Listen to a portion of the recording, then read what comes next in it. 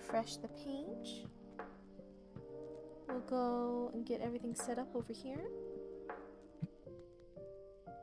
And stream should be starting. I'm just getting everything set up. Stream starting now. Nope, that's not how you spell that. Okay. I think we let Discord know. I think everything should hopefully be working. I'm gonna refresh the page. It looks like everything's all set. Let's go ahead and double check with Roots.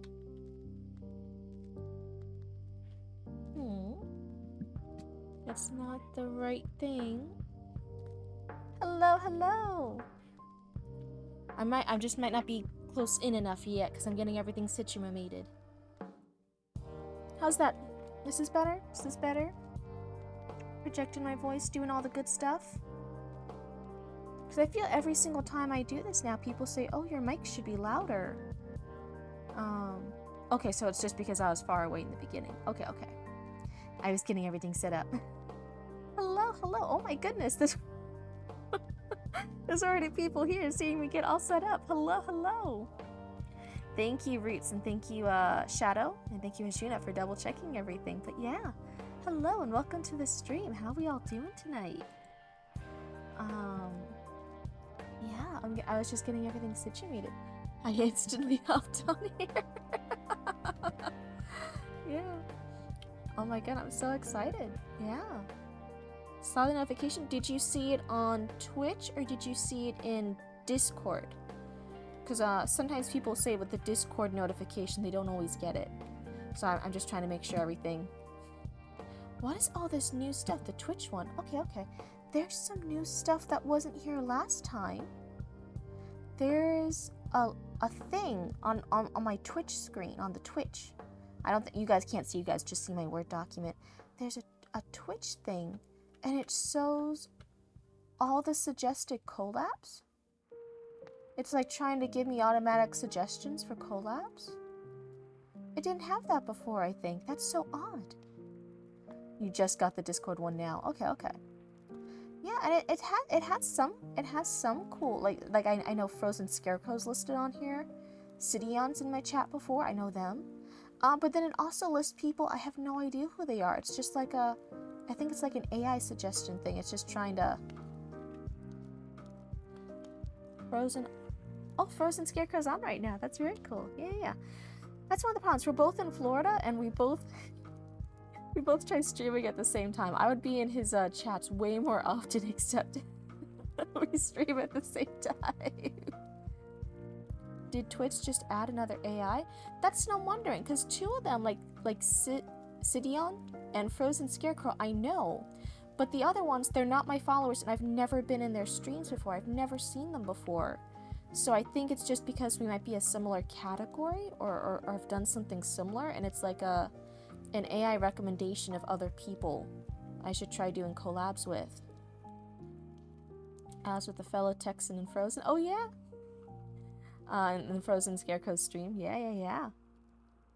Writing and reading, probably. Yeah. So it's just because of the category, but I'm just saying, like, it's recommending people just because that, so it might be like some new AI feature of like oh hey, these people are in the same category. You should collab with them. That's gonna be... we'll see how that goes. Are you pro AI or should it be destroyed? So when you say AI is a very broad scope thing. When I'm complaining about AI, I mostly mean generative AI, right? There is that difference. So I am very firmly against generative AI, right? That's just doesn't even do a lot of good stuff, to be honest. Oh man, I should have updated the stuff about that. I forgot to. Hi Desperado, welcome on in. Hi Cryptid, I'm very happy now. One of my Discord friends, not the same friend within the same friend group, looked at the new draft and said, hey, you fixed the main character, he's not a prick anymore. Oh my goodness, that's awesome. I know you were working on it last time, you were like, oh, I'm gonna try doing this new personality trait instead to see if that will make him better to my readers and stuff, right? You got the good feedback. That's awesome. You know, doing those changes, doing those edits is a lot of work. It's really hard. But then when you get that feedback on how much better it is perceived, oh man, it's so rewarding. I'm really happy. I'm really happy for you. That's really awesome. And hi, Author Relic. It's good to see you too. Sorry, wow, I'm still waking up a little bit. Cryptid, did you read my story? I recently uploaded it a little. You recently updated it a little today. I haven't yet. I wanted to, since some people were just doing like little story times. I was just doing one story time at a time, and then going back to stuff. I was gonna see if I could wait a little bit and have like a few people submit, and then I could just have a stream where it would be like everyone's like story time. Where I'm hoping for like maybe 3 or 4. And I think if we have like 3 or 4 submissions, that could fill out like an hour stream. That's what I'm hoping for. But if you're looking for feedback earlier, if you message me and just be like, hey, even if it's just like a private message on Discord or like an email later, if you get the time, and if you're looking for feedback like it's like sooner, just personal feedback without it on live stream, I'll try and do that too. I know sometimes people might be waiting on it, but I was trying to do the cool thing and just have a whole segment and have multiple people's things. That's it. Okay. All is well and good if you use it as a tool, but if you use it to make art, stories, etc., then it's kind of, yeah, if you're using it as a tool, it's not really generative. I think you're talking about like I think you said you used Grammarly before and stuff, right? Like it's just trying to edit, it's trying to like shush things up. That's not really generative AI. That's like the little tools. And people before didn't really have a problem with the tools when it's just a tool. Problem when it's generating stuff, right? That's and it's not really generating, it's just regurgitating other stuff to the best it can. And a lot of people have the issues with the generative AI right now. And yeah, I'm pretty against the generative AI. You won't ever really see me use it here. You know, like, I shouldn't say you really shouldn't, but just in general, you won't see me use it here. But yeah, oh my goodness. Also, they don't mind the character's social anxiety freakouts. But they told me that a few times they went like, bro, are you good while reading? It means you leaned into it. You know, leaning into stuff can be good. It can be good sometimes. I was waiting for the stream on. Okay, so you do want it to be on stream. Okay, that's fine. Yeah, but that's my intention. I didn't mean to keep you waiting. I'm just trying to build up and see if I can get, like, hopefully enough submissions for at least an hour's worth of content and just do, like, a little back-to-back story times. I thought that might flow better. But if you had to pick one extreme, would you want more AI or get rid of it? In general, if I had to do extremes, yeah, I would probably get rid of it. You know, a lot of people did a lot of cool creative stuff without it and would probably enjoy, you know, having more options to do more cool creative stuff without it. So I feel like there would be a lot of people who might be happy without it and would have like different careers and different jobs they could pursue without it here. So I don't think it's like necessary. It's not air, right? We don't need to breathe. It's not. It's just a little thing, and it's a newer thing. And if it's not being the best for everybody, like, hey, it's not the end of the world if it's gone. It's just generative AI. It can be gone. In that extreme more because AI does do a lot of good. Yeah, I think it just depends. If you're talking about a Christmas reading stream, maybe if we get enough submissions by Christmas, that could be fun. But you know, I feel like a lot of the ways that people say like, oh, it could be used for good haven't happened yet, or haven't happened yet in a wide enough variety to justify it. And I don't know. I feel like right now in its current usage in our capitalist human society, it's kind of having a moment of being used for more bad stuff than good stuff. So I'm like, yeah, it wouldn't be the end of the world to get rid of it, right? Because everything good that it could do, people could also do, right? You guess you don't know, you use it enough to know. How is stream? Oh man, stream hasn't even happened for 10 minutes yet. We just started. I'm used to having a little bit more time when everyone starts trickling in. But yeah, hello. I'm still waking up. Hello. Would a good guy be free to flee again when his hopes fall through the cracks? Oh, is this one of the poems? This is a poem you wrote a few minutes ago. Very cool. You think the Google Lens AI is the most useful? Been waiting for the stream all day. Oh, wait. What color should my character blush? I was about to say, oh, you're gonna make my little VTuber model here blush. And I'm like, wait, what color does this model blush? Does she just blush a darker blue? A lighter blue? Oh man, I'll have to think about that. Hi, Noxley, it's good to see you. I get comfy, cozy vibes. Yeah, what is the Google Lens AI? I don't do a lot of technology stuff. I really don't do a lot of AI stuff, so I don't really know what the Google Lens AI one is. Is that like a photo editing one? So is it the photo edit one? Be original and make it blush yellow. That's still not original because oh my god, what was it? Back when Disney was having all the TV shows based off their movies, there was the Buzz Lightyear of Star Command. Do you guys remember this? If you're really young, you might not. But the Buzz Lightyear of Star Command had a character in it who was blue, right? She was blue. She was a princess. She was an alien princess. She was blue, and she tanned yellow.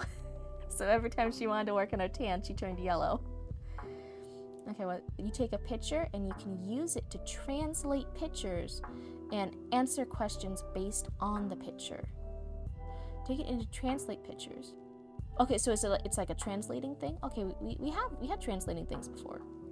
Yeah, and then answer questions based on the picture. Huh. I don't quite know what that all means. I'm guessing it's like you take pictures of something in like a foreign language and it just translates it for you. We had translation software before. I'm gonna submit the 3 pages of my book to your story submission for your stream. Oh, thank you, Relic. That would be awesome.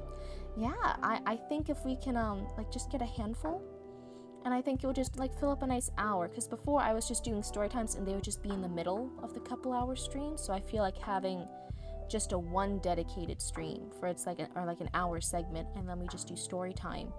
I thought that might be a little bit more cohesive, right? I'm trying to make everything a little more polished, I swear. I remember, but nobody else does, so no one will notice it if you do. That princess in Buzz Lightyear Star Command, out of the cartoon girls, because you know when you're a kid, you have like a lot of crushes on the cartoon girls when you're growing up. I had crushes. What is this streak? Hold on, I can't see it. What is it? What just happened? Reached a 3-stream streak this minute? Oh, very cool. Oh, cool. Watch streak. I don't know what a watch streak is. Oh my goodness. But thank you. That sounds cool. I don't know have you been streaming? Did you do 3 streams in a row? Or have you watched 3 of my streams? I'm not quite sure. She is blue. If she was green, she would die. Wait, what? I've watched 3 of your streams in a row. Oh, that's so cool. That's so exciting. I didn't know it gave you notifications like that. Thank you, Noxley. That's awesome. I think that's the first time I've seen it. So that's the first. You're not just the first. That's not just your first stream streak. I think that's the first stream streak in total. And now Ajuna. Oh my goodness. Thank you guys. Oh my goodness, I didn't know this was a thing that could happen, but thank you. You guys are such wonderful raccoons. That's awesome. Yeah. Oh my goodness, what were you saying though? Thank you guys, that's so exciting. I didn't even know that was a thing. That shows you how new I am to Twitch, huh? But yeah, that... Wait, do you guys like... Wait, no, Rooch just got it. You're such a good sibling. You are. But why did it just show it for you? Are you guys like doing something to show the streak? Oh, you guys are using the little points. The points, you're using the points to do it. Okay. Oh, mine says it's infinite channel points. What is... I can do whatever I want on my channel? We have the option to share it. Yeah, I can choose to share it. Oh, okay, okay. You guys are all doing such nice stuff in my stream. I'm just here and I'm so oblivious about it. You guys do very nice, kind gestures to me, and I'm just so oblivious and unaware sometimes. Isn't that funny? Oh my goodness. I hope you guys don't take it as rude. Cryptid, what format do you want it in? Oh, gee. Oh, it won't show on stream chat. Oh. What format do I want it in? Geez, that's a great question. Whew. A format. If it could have paragraph breaks, that's great. If it could be, I don't think I really care too much about it. I guess if I stumble across a format I don't like, then I could update the rules about it later. But right now, it's still so new, so I don't think there are any rules about it as long as it's legible. We did have the issue before, right? Shadow and I ran into it before, right? They shared a Google Doc with me, and then I tried to access it. But then I realized, oh wait, I need permission for it. So if you do share a Google Doc with me, make sure that you give permission for me to view it. That's the only thing. That's not a bad thing. It's just something to be aware of. But yeah, what was I saying earlier? Oh yeah, the girl, the pretty blue girl from Buzz Lightyear Star Command. Hopefully not just one person knows what I'm talking about. Hopefully the rest of you kind of understand. I'll pull her up. Hold on. So, Buzz Lightyear of Star Command. Princess Mira. This is so important. This is important for the stream. I swear, you guys all need to know this. Princess Mira. So when I was a kid cryptid and you start having all your TV cartoon girlfriend crushes, right? Even before you really know what a crush is, but you're starting to have crushes and all the pretty girls on your animated TV shows. I mostly liked all the goth girlfriends, obviously, right? I liked Sam and Danny Phantom. If there was a goth or an alternative girl, that was the one I liked, right? I loved them. Shigo was very important to my mental well-being. This Princess Mira was the only one who wasn't a goth girl that I was like, I love her. Oh yeah, her. Yeah.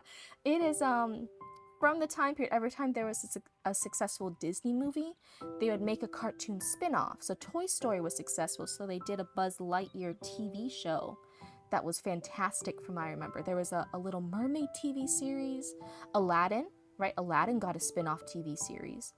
A lot of them had spin-off TV shows. But no one, if you're like younger, you don't really remember these, but I remember them. They were great. Lilo and Stitch had a TV show, and then they had a crossover episode with the Proud Family. I remember that. The Proud Family and Lilo and Stitch had a crossover, and there were a lot of crossovers for a while there. Martin Mystery had a crossover with Totally Spies. I think that was a 2-part crossover. There was 2 episodes. When was this made? When I was just a little baby hag. Let's see here. Buzz Lightyear, A Star Command. It was 4 seasons from 2000. There you go, it's right there. Started in 2000, it had 4 seasons. And 95% like this TV show, but it only has like a 6.7 on IMDb. Noxley, how little are you? Oh god, I was not even a thought in 2000? Stop! Noxley, you're just a baby! Oh my god, Noxley, I thought you were older than you were! Bestie, I'm 20, I was born in My weird cartoon crush was Yzma? Yzma? You had the video game? I imagine myself as Kronk. Michael Bolden, what's wrong with you? Oh my goodness, so you wanna be like the boy toy of like an older woman? It's hilarious. You realized that when you were young, huh? Oh my goodness. But Noxley, no, I thought I think I always assume people on the internet are my age. And they're not. You guys are all babies. No.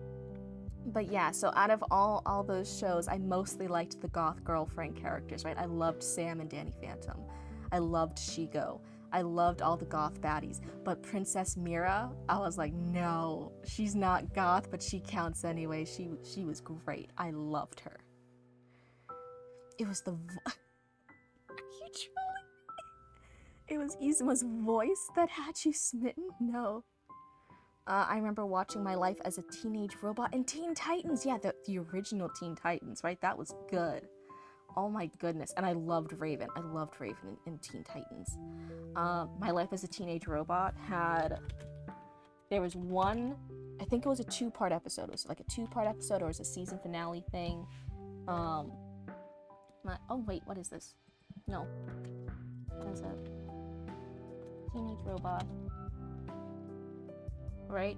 There was Vexus. Here, let me, I'll scroll down for her. Can you guys see her? There was Vexus. Vexus had a child. She had a daughter.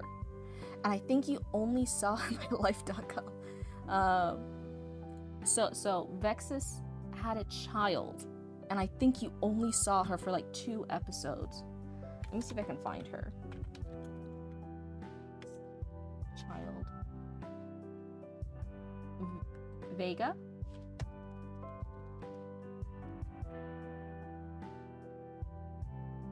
This one, and I was obsessed with her. I wanted more episodes of her, but I think we only got like 2. It was something crazy like that. There was only like 2 episodes with her, and I really wanted her to be the love interest of Jenny. I'm like, yes, please. My first childhood crush I can remember was Huckleberry Pie from the 2003 Strawberry Shortcake. That's so specific that you remember the year. I used to watch it on Strawberry Shortcake TV. He said sing a theme. Which one was Huckleberry Pie? Let's see. I didn't watch that. That's Roots watched more of Strawberry Shortcake. Huckleberry Pie. 2003. Strawberry Shortcake. This average child? This average man? The most stereotypical boy to ever exist? This is the most... He's not even a baddie. Okay, wait, maybe little kid you like saw the skateboard. Maybe the skateboard made him a baddie. Plain yogurt looking kid. Oh no. Vanilla yogurt looking kid. Oh my god. No, this man. You were a child. You could be a child with better taste, okay? I was a child crushing on Shigo, okay? My taste was perfect. That is perfect. You were looking at this. I was looking at Shigo. We are not the same. Another baddie's Mystique. Yeah.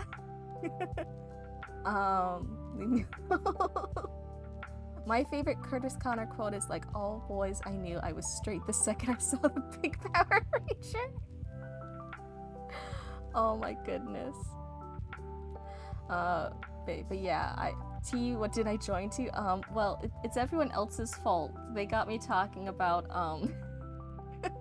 Buzz Lightyear's Star Command Princess Mira, and I loved all the goth baddies in TV show, but Princess Mira is not a goth baddie, right? She's not alt, she's more the princessy type, and I loved her anyway. I loved her so much. I was devastated when that show stopped running. Okay, next crush, Johnny Test. Okay, wait. That series was in between me and Roots watching it. So, Johnny Test. I'll give you, it is better. It's better than your Huckleberry Pie, your Huckleberry Finn Pie guy. That is better. That's better. I mean, like, his sisters are right there. You have 2 to choose from. You have 2.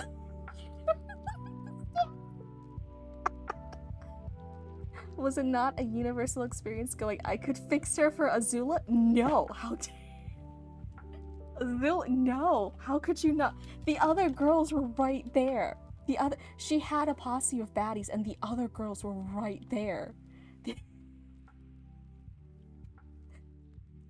Roots, you can't fix Azula. You can barely stand up to me. What are you talking about? You were not aware the girls were an option at the time? I didn't either. Little kid me didn't even understand what a crush was, and I was still crushing hard on them. So to anyone with link can view it. Okay, so you shouldn't have an issue with it.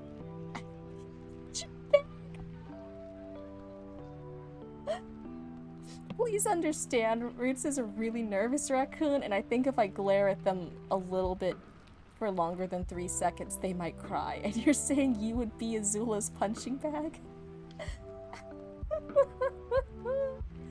Oh my goodness. This has turned to a weird stream. Yeah, well, you know. What other, 2000s,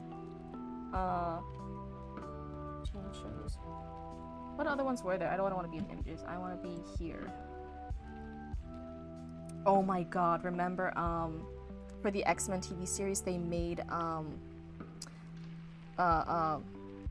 is it Rogue? No, who is it? She's normally, Sugar Auntie, shouldn't you be writing? You're just trying to get all the heat off of you for your weird taste in basic men.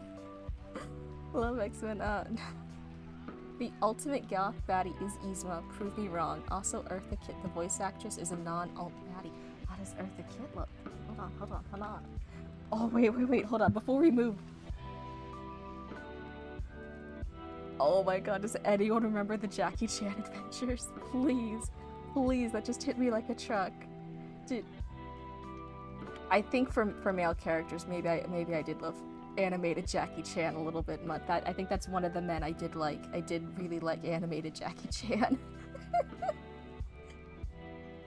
I'll be Auntie Cryptid and you guys want Uncle Jackie Chan. Uncle animated Jackie Chan.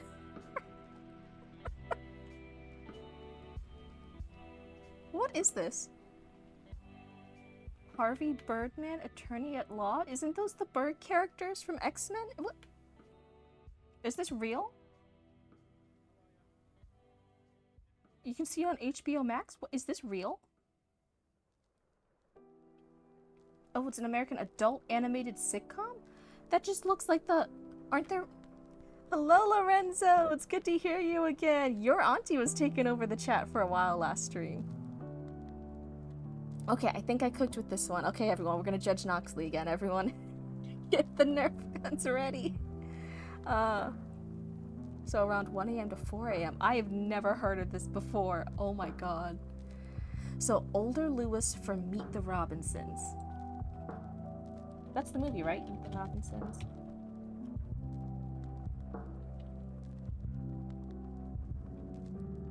Okay, but that's just because he's like the funny nerdy dork, right? He has the nerd personality that makes him endearing. So that's fine. I'll give you that one.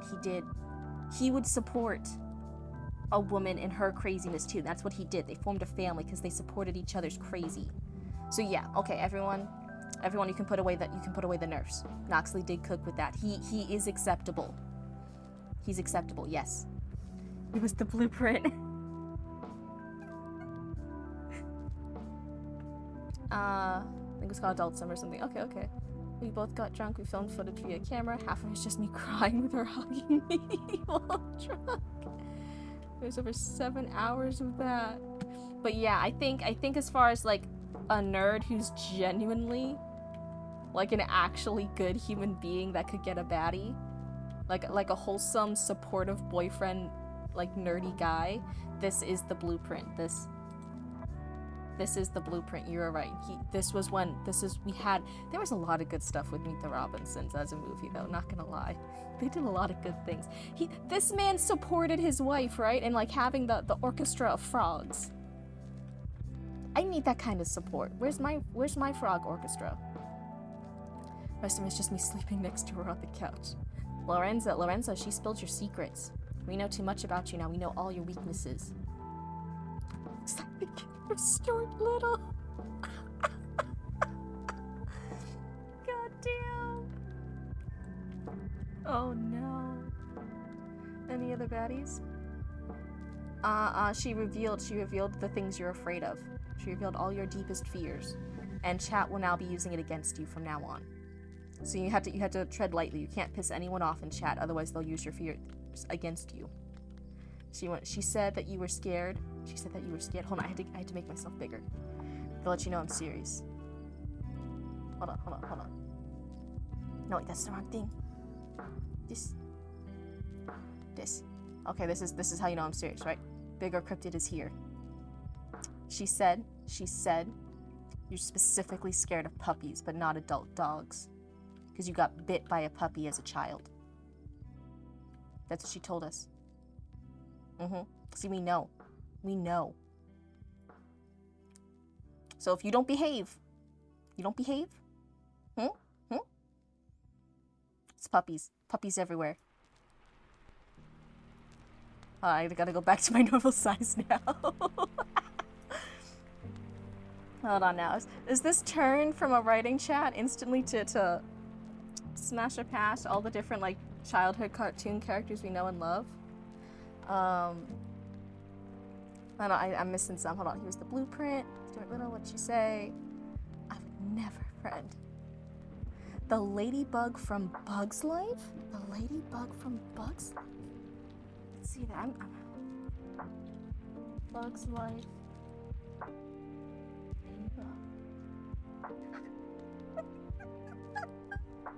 You have a very particular taste, don't you? You have a very particular taste. One rap from 1990s was Jafar, followed by Mosho Shosho Reza. Are you talking? Author Relic? Be honest with me, okay? Because I know I think you're old. You're older like me, right? You're not one of the babies in chat, right? You're an adult, like me. We pay taxes. Do you think baddie means a villain? Like they're the bad character, in which case, yeah, Jafar was like really, really good at being a bad guy, right? Or do you think, are you using baddie like, oh yeah, that is like the bad hottie one, like the hot goth alt chick, who's like yeah, in which case you're saying Jafar is the ultimate goth girl baddie. Which, that's valid, No, I'm 34. No, Jafar was a straight daddy. You know it, I know it, chat knows it.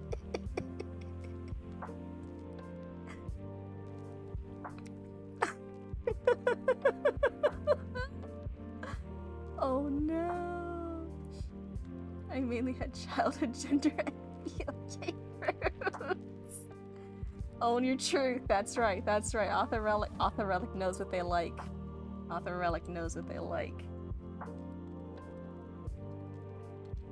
Is Scar more of a baddie than Jafar, if we bring furries into this? Y'all are some freaks.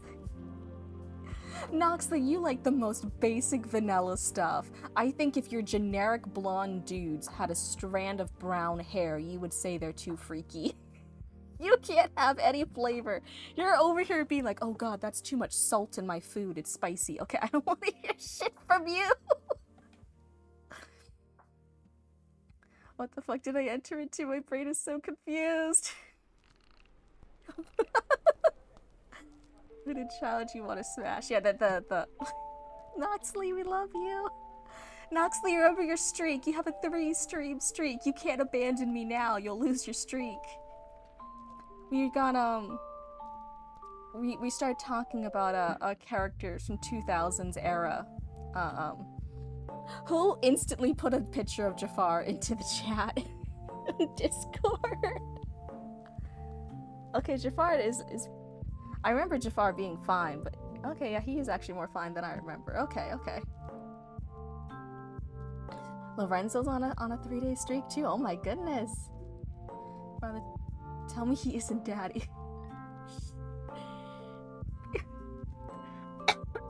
Chat, you guys are breaking me. Rephrase, I'm confused on question. I'm trying to help you, Shadow. So we started talking about characters that childhood us versions had crushes on when we were little. And I was talking about I liked a lot of the goth girls, except for Princess Mira. Princess Mira from Buzz Lightyear Star Command isn't a goth girl, but I still loved her. I still would have done anything for her. I was committed to her. She should have been in charge of that team. Forget Buzz Lightyear. I just wanted more Princess Mira. I loved her. Oh god, yours was Mrs. Incredible? Okay, yeah, okay. We're discussing everyone's hear me out at this point. I don't think it's a hear me out until it's something really crazy. And so far, everyone's having basic stuff or like universally agreed upon things, you know? Sloth from Full Metal Alchemist? Okay, wait.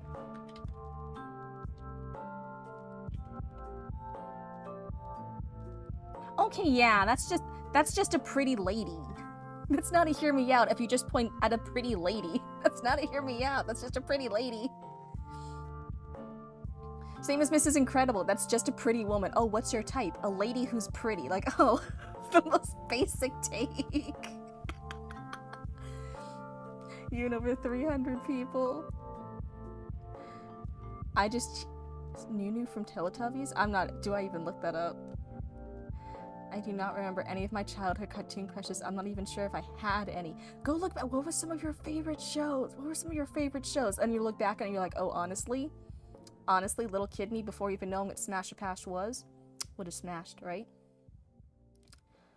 Mama Robotnik.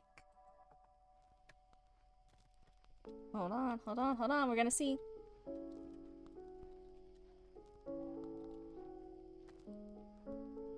What? Get out.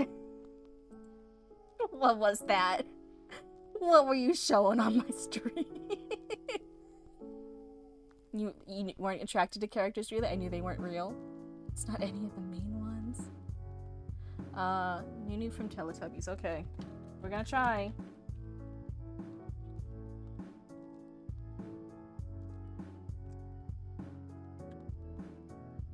Banned.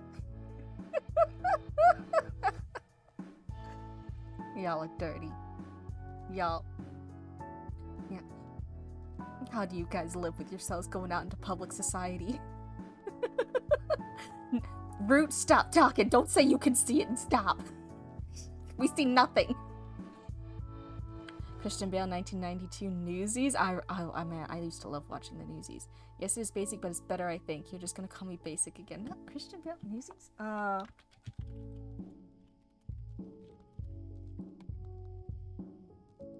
No, see, that's better. That's better. See, oh my god, see, now you're cooking. That's some taste. That has some meat, that has some flavor, that has some spices cooked in. You're cooking in the kitchen with that, Noxley. Yes. Is it a hear me out? No, because he's still generically, conventionally attractive. But is that actually an attractive person instead of like the most vanilla basic ass thing? No, this is. Oh wait, I don't want to move. Ah! Please, Twitch, don't get mad at me. Mine's Sala from Raiders of the Lost Ark. I was a strange child. Sala.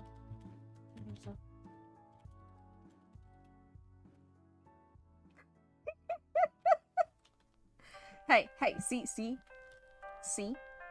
Now we're learning more about you. We're learning more about, we're learning a lot about chat today. I don't think that's a horrible one, though. Like, he's, there's nothing, like, bad about him. I think that's still good.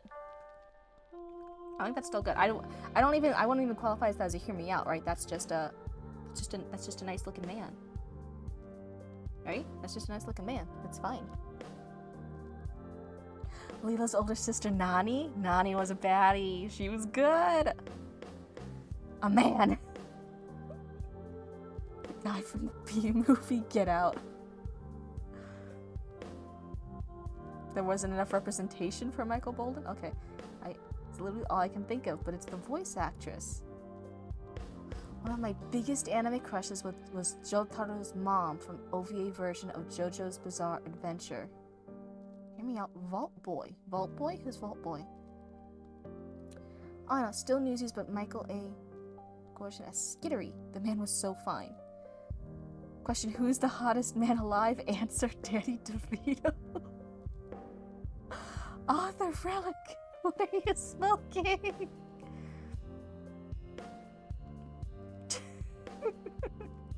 Keanu Reeves. Keanu... I don't even know if I can say the amount of weird ways you guys say Keanu Reeves.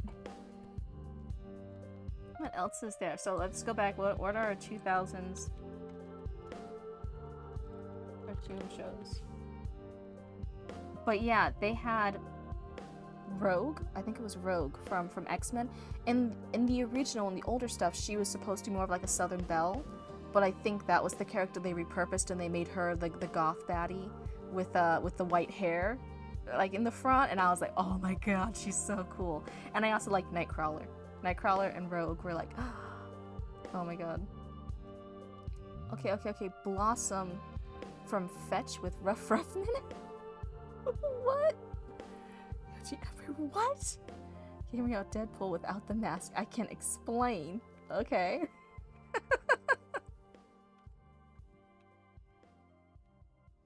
You just have all the same kinks as Deadpool. Like, what's there to explain? It's very obvious.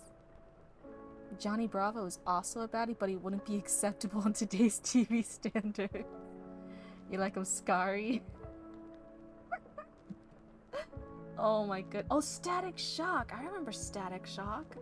Oh my god. I think if I had to choose, like, oh man, Jackie Chan Adventures was so good. What is this? Go away. Clifford.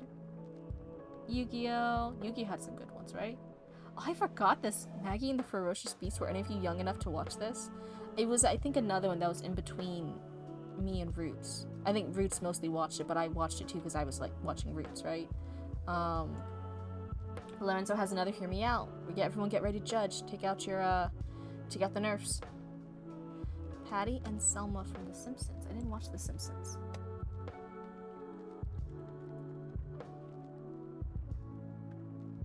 Oh, is it the aunts? Yeah. You just like women. That's not a crazy take. You just like ladies. What was I doing? This is the important stuff right here. Give me more of a list. Where's my little thingy? More. Corduroy? Oh my goodness. Why does that look horrific? I know it says Grisly Tales for Gruesome Kids, but that just looks terrifying. Funniest Hear Me Out for me. The voice of the guy from the history of the entire world. Question if you finish this. Link. Zide. Oh, the little glass vial. Yeah. Little glass vial. Da-da-da-da-da-da-da-da-da in a battery. In a battery? It goes against part of your anatomy. Yeah. I know the bit. I'll be fully honest. I just know it from the TikTok audios. I'll be honest. Michael Myers.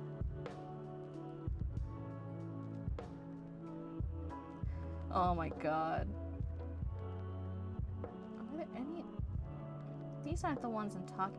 Digimon! Oh my god. I feel like didn't her chat for Monarch, for Amelie, do like a Smash or Pass recently with some of the different Digimon in that series? Isn't that something they did? I feel like I saw that recently. Maybe I just hallucinated it though. I don't know why.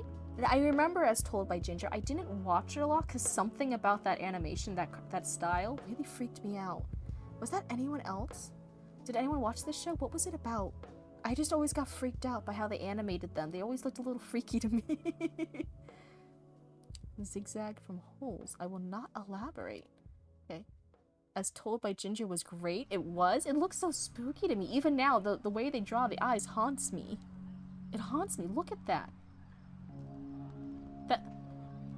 I don't know, Cryptid from the Swamp. That thing terrifies me. Why are they drawing their eyes like that? Yu-Gi-Oh! I remember, before cosplay, back in ye olden times, before cosplayers got as good as they were now, as a whole, I remember the earlier days of my youth, of the early stages of cosplay, right? And I remember everyone trying to do Yugi's hair, right? Nowadays, you'll actually see some very talented cosplay wig makers can do that hair and make it look good, right? They're incredibly talented now. But back in the olden days, when y'all were babies, or not even babies yet, as some of you have pointed out, Um, it was so bad. It was so rough. It was tragic what some people were doing to wigs to try and get the Yu-Gi-Oh hairstyle. Oh my goodness. Calling the animated series? I don't know a lot of these. Was Dora from 2000? Dora is from the same year, 2000, as Jackie Chan Adventures? That doesn't seem right. None of that seems right. Oh well.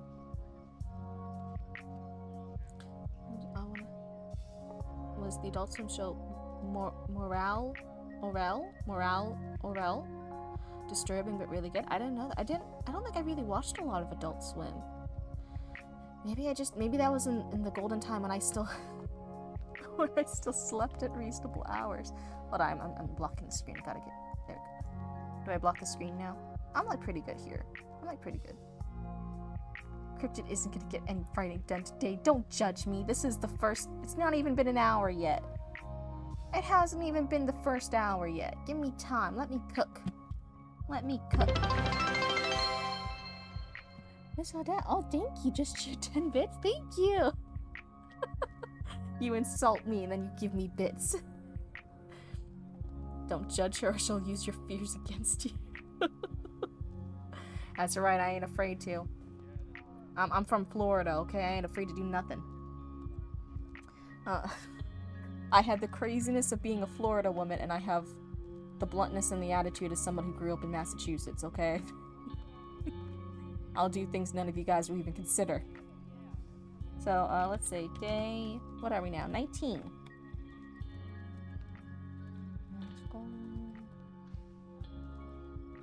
See, I got some writing done. From Boston.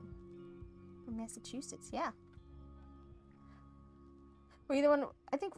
Was it you or somebody else I was talking about with the other day? Like, about, all the... Massachusetts being up north compared to being down here in the south. It's a... That was me. Okay, I wanted to make sure. So, I mentioned it to a few other people in the past. I'll take my own grave. No, it's okay. Why, you guys, you don't need a grave. You can just decompose out and let the vultures eat you. It's fine. Why would you go through all that extra effort? You'll decompose either way. You love a demon girl with small hearts. No. In my true model, when I get her. When I get the true model. I really want my deer antlers. And it's gonna have like all like the metallic rings and the chains and bones hanging from it. Man, I'm really excited one day to get the full cryptid model. That would be so exciting. And I want like the hoof feet and like the on the original thing too. If you guys ever see the PNG tuber that a friend of ours drew for us, the arms are actually separated. They're like floating arms. Oh dang, I thought that was gonna work. Nah, you need to hit with harder punches if you want them to land.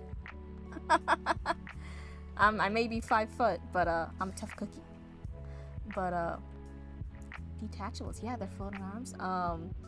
And I want that, and I want the glowing eyes. I want it's like the mouth that's like open from ear to ear, so it's like the lower jaw is like almost fully separated. Dora was a bad show. It was okay for what it was. I think it was better than a lot of other kids' TV shows that came out later. Oni? I'm a cryptid. I'm not an Oni, I'm a cryptid. It's in my name. I'm Cryptid Roots. It's me in Roots. It's Cryptid. I'm Cryptid, your local cryptid. Where have you been, creative one? I'm literally Cryptid, your favorite local cryptid. Come on!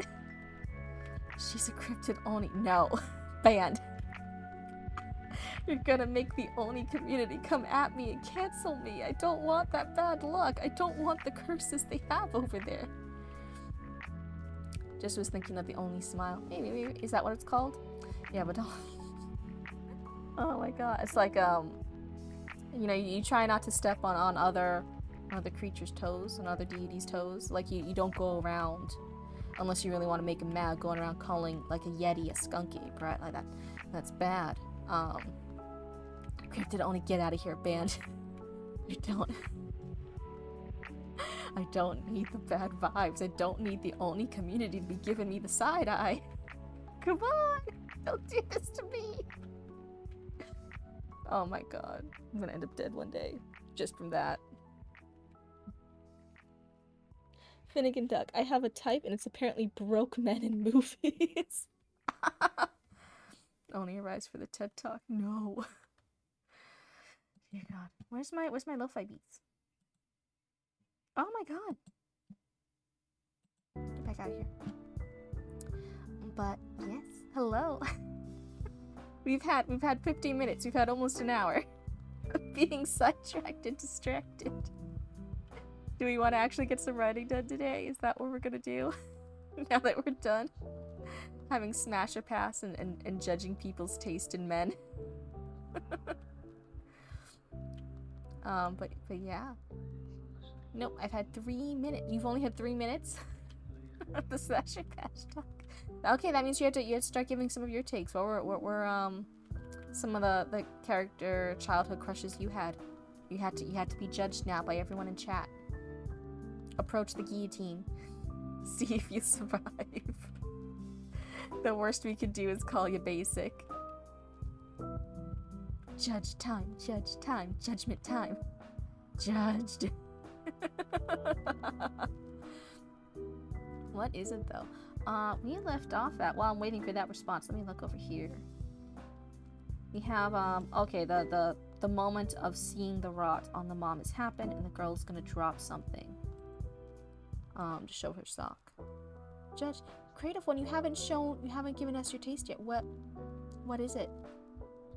Okay, you got it. You talk shit. Okay, now you gotta own up to it. Come on, you wanted more stuff. Creative is currently on a 3-stream streak. Thank you. Oh my goodness, everyone.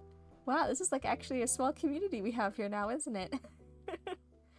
Who would win in a fight? Cryptid Oni or Oni Cryptid? Neither of them. Neither of them are real. There's no Oni Cryptid or Cryptid Oni. Get out. They can't hurt me. They're not real. I'm gonna be cancelled by the Oni community overseas. Oh no. This is all you guys' fault. This is gonna be my first time ever being trending on Twitter as a baby VTuber, and it's just to get me cancelled by the Oni community. It's gonna be horrible. So let's see here.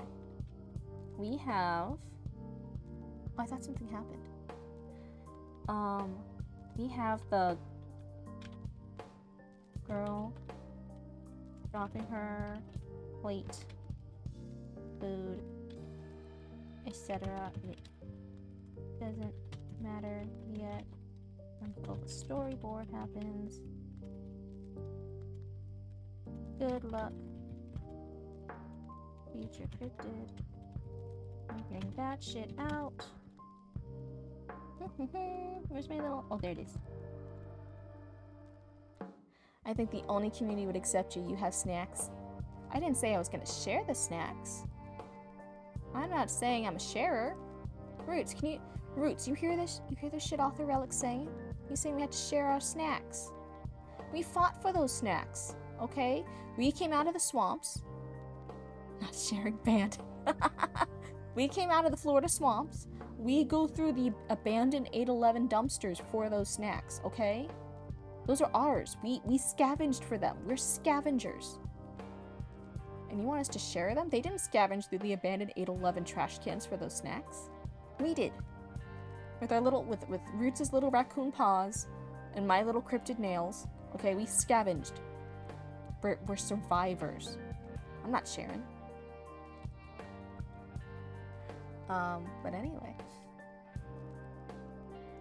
It's so funny. The viewer count was going up a lot when we were just over here talking about like hot girls to smash a pass from childhood cartoon shows. And now that I'm actually getting work like you guys wanted, the viewer count went down.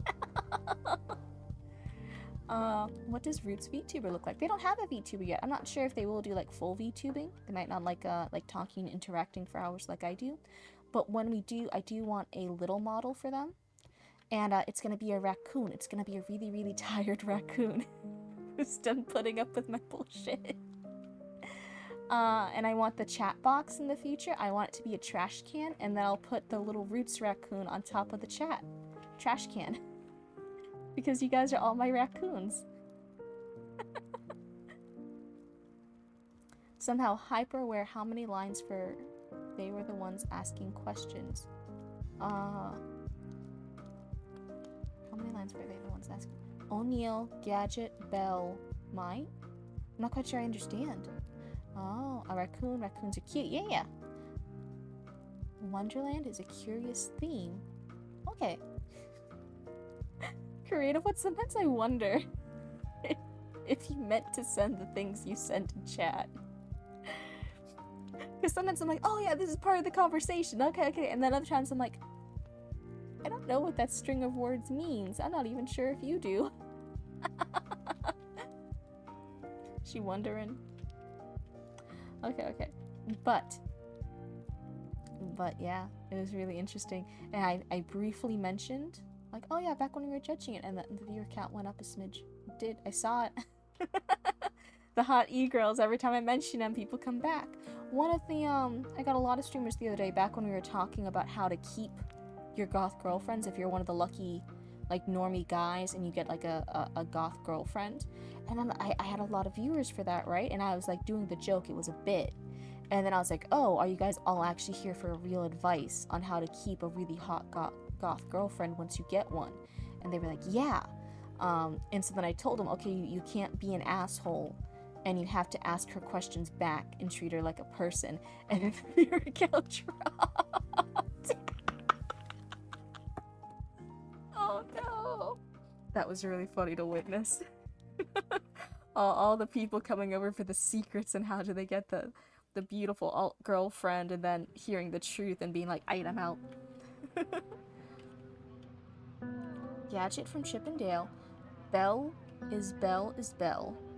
Jasmine, are you talking about like Disney characters you liked? Like Belle from Beauty and the Beast, Jasmine and Alice? Yeah. That's straight. Like, you just like the Disney princesses. Like, come on. Of course we all like the Disney princesses. We were young. We were impressionable. They were all pretty.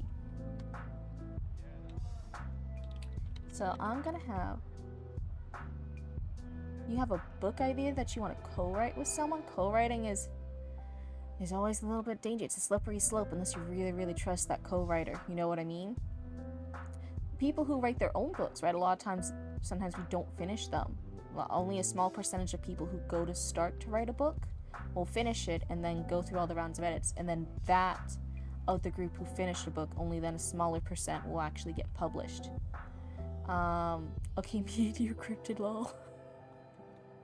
Honey, I'm so sorry. I have enough on my plate. No. I'm running a full-time business with Roots. I'm trying to make enough money to feed all the cats I have. I have too many cats. I'm trying to stream, and I keep meaning to only stream for an hour, and then I keep treating the stream like a full-time job, and I streamed for like 7 hours earlier this month.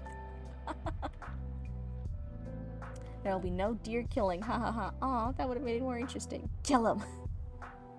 You need more murder. What was I saying? Oh man, I keep getting distracted. But no. Yeah, co-writing. Sometimes, I guess if you consider it like, oh, you have an idea and then you just want somebody to write it, that's a ghost writing, right? You're not really co-writing, it's a ghost writer. When you get somebody to write out the idea you have. That can work as long as you find like a good professional ghostwriter who's actually gonna finish it. Sometimes they'll, you know, like be a scammer or something and just take your money and run. Wait, another idea? Yeah, go play with your ideas, have fun. What else is there? What co-writing can get? Knit you a writer? They sometimes do their character stuff for Final Fantasy XIV.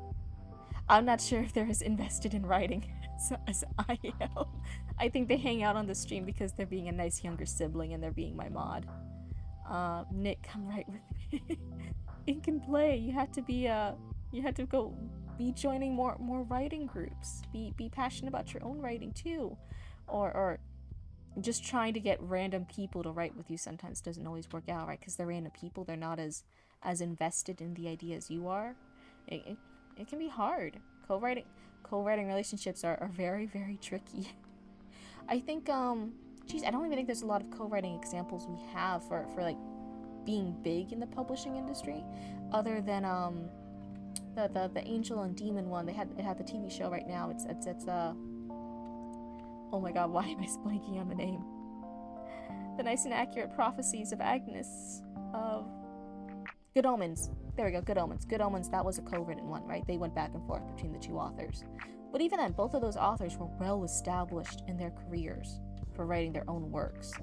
And they happen to be friends in real life, and they have similar writing styles, and they both worked on those projects. But yeah, co-writing and the publishing, it's sometimes tricky. I think, besides co-writing, sometimes there's stuff with like an artist, right? Some authors and artists work together, and that's things with webcomics, that's things with cartoons, stuff like that, animated things. IDK, maybe you can judge my little Final Fantasy 14 writing next stream. Do you want to put it as part of story time? Do you want to? It's scary. It's scary putting your stuff on the live stream. I don't know. Are you a brave enough raccoon for that?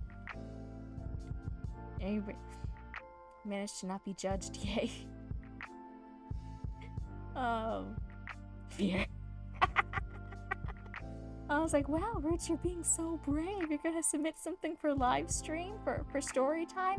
Fear. I knew it. Managed to not be judged yet. Creative one. I think the only reason you managed not to be judged is because half the stuff you wrote no one understood. I love you so much. you wrote Goop Gorl.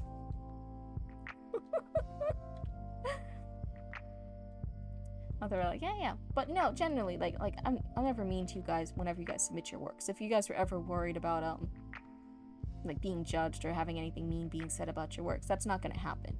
It is generally gonna be just nice story time, right? And then like one or two things of feedback.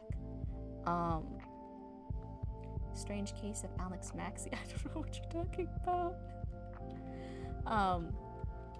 But yeah, story time is just meant to like be sharing stuff and getting that critique on your writing to go up to the next level if you're interested in that, right? But no, generally for co-writing partners, I'm just going back to the co-writing authors because that's the thing that's in my brain right now.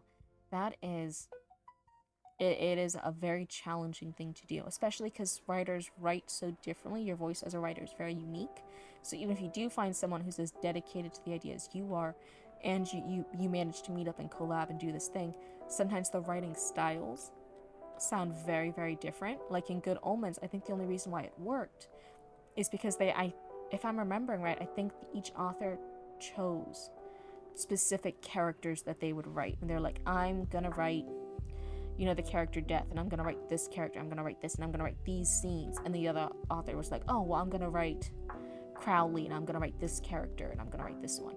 And they specifically branched it out, so the differences in the author, in the narrator tone, was attributed to like, oh, these characters are physically different characters, they have different voices. The writing style worked for that, right? Story time. Oh my god, we gotta get more submissions, right? Let's see over here. Let me check the Discord.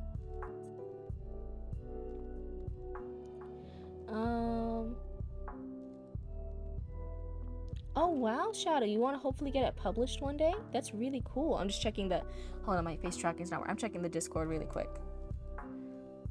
Young Smith was smart among his high school peers? What? Okay. The 10th mark 3 pages. Okay, that's from Arthur Relic. Nice. Good. Yeah. But yeah, geez, what was I talking about?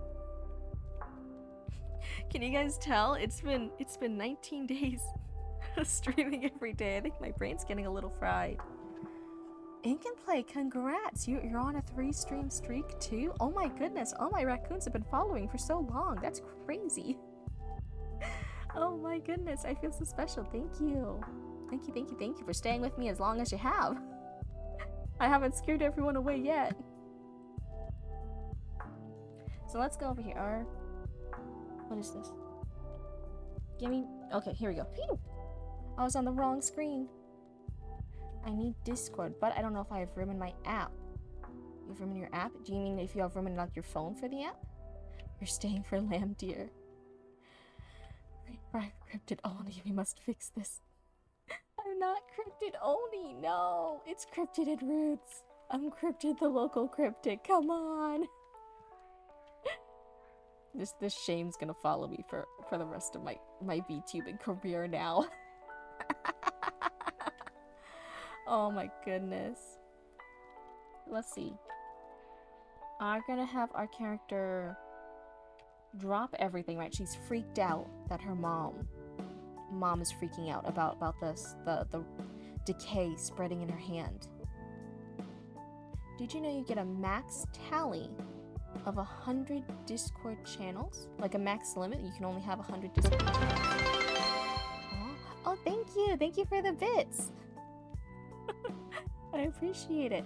No, I had no idea there was a max thing with Discord. I know nothing about Discord except for having Roots last minute make a Discord group for us midstream a while ago because people were asking.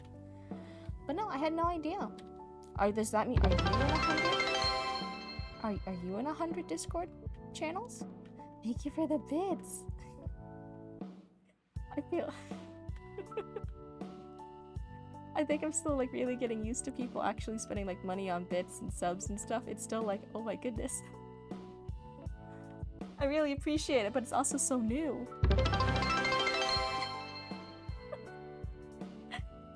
Arthur Relic, are you just showering me in bits because you want me to do the story time for your submission? Is that what's happening here? Are you trying to bribe me with bits? Oh my goodness. Yeah, that was like 50 bits? Yeah, cheered 50 bits. Roots, get on it. We need 50 Mothman. Hold on one second. I had to cough. I don't want to cough into the mic. Okay, hopefully that was better. Hopefully that didn't pick up too hard. I hate the idea of like coughing loudly into the mics. I really try to like turn away and I'm like leaning like fully away from the chair and everything. That was a single 50 at once. Is that a lot? And then some. Me? Bribe? No. Would you seriously like it if it was story time right now? Okay, and it's Relic, I'm sensing a theme here. If you want me to have your story time, you can just say it. Oh my goodness. If you want the story time for yours, I will do it, okay? You can have story time. Out of hearts? Okay, I'm gonna take your hearts as a sign. Let's see. I'm gonna be moving some stuff around on my screen. It might not show up in you guys yet because of the way we have the OBS. It might just be showing mine at first. Okay. So hold on, let's see if we can do this. Wait for... That's the blurb. Should we do the blurb first? We can do the blurb first.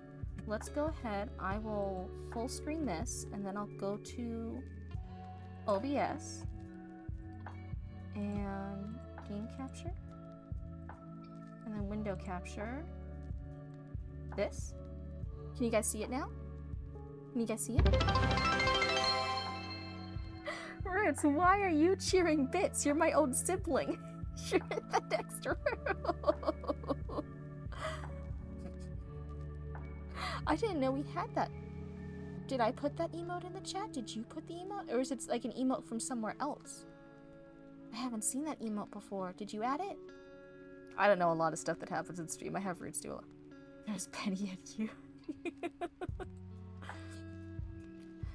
Oh, it's just a Twitch one. Okay. I'm still unsure how a lot of this stuff happens. So this is Author Relic here. You had the blurb first, so I think we're gonna start with the blurb, right? I guess everyone. Okay, hold on. Shake it off. Everyone, I was planning it for another day, but it's story time. It's story time. I'm gonna go over here to the side. Story time. Everyone, tune in for story time. I'm gonna fix the thing here. Hold on, I'm doing some stuff in the other OBS. I have 2 OBSs with my 3 computers and 3 monitors. I want this to be smaller.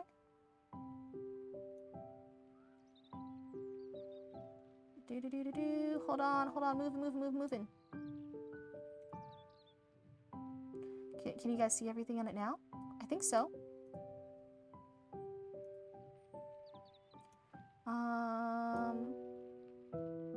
And then we make this bigger, and then we should apply that. And I think that works. I think it works. Question. Oh, I can't see it now. Oh, question. If you were to assist in writing block and writing like a book, what advice would you provide for getting over struggle of trying to figure out how to break through? How to break through writer's block, writing block? Oh geez, okay, so before starting, how do I get through writing block? Sometimes it is just a matter of keyboard smashing. If you're midway through a story and you're just stuck on a scene, you're stuck on what happens next, sometimes it is just keyboard smashing and writing over and over again. I don't know what to write, what happens next, I hate these characters, why don't they know what to do next? And you just rant, physically typing on the screen or physically writing in your notebook until you get the inspiration, right? And then you'll be like, oh, maybe I should kill off this character, or oh, maybe I should have this plot twist, or oh, maybe I skipped this scene, and it's just a cut to 3 days later when the big thing happens. That happens if you have writer's block midway through a project. If you have writer's block between projects, like you don't know what your next project is, you don't know what your next fanfic is, your next book idea, or your next webcomic, whatever, it's like you have no idea what to do, then I think it's finding a lot of stuff that resonates with you, like one idea, like not anything, like it could just be something, say like, hey, I really liked Teen Titans as a kid, I loved those shows, I wish there were more shows like Teen Titans, I wish there were more well-written characters going on these crazy adventures and crazy stuff happening to really young superheroes, right? Not older superheroes like Batman stuff, but really young superheroes. I want more stories about them forming a group and them tackling stuff, and maybe even tackling things that's too crazy and too scary for them for their age range, right? I want that. And then you'll be like, oh, that is a cool idea, and then you try to write something with that, right? Like you focus on things that made you happy. It could be oh wow, I wish every time I listen to this song I always had this music video that plays in my head, right? Man, what happens if that music video actually was a thing, was actually a story? Let's go with that. So then you're just trying to find other things that make you happy. You're setting a nostalgia poll. It could be a rewrite. It could be an AU, but now you're gonna treat it as its own thing. Like you might, when you were little, you might have always had like an AU of like Sherlock Holmes, but in a cyberpunk dystopian world. And you might be like, hey, that was just a silly AU I had as a kid, but what if I did write about a genius detective in a cyberpunk society? What if I did follow through with that? Like, what things made you happy, you know? And then you'll focus on that. Writer's block sucks. If I'm stuck, I take a step away. Think about what's going on, what makes sense, what sounds good, etc. Sometimes it helps to get an outsider's perspective. Sometimes. Yeah. Sometimes if I'm having an issue with like plotting and stuff, what the characters do, like a plot hole. I'm like, oh, I want this to happen. I need this to happen next. How do I go from that to the other? So Mama Cryptid's also a really good storyteller, right? She wrote a lot of stories.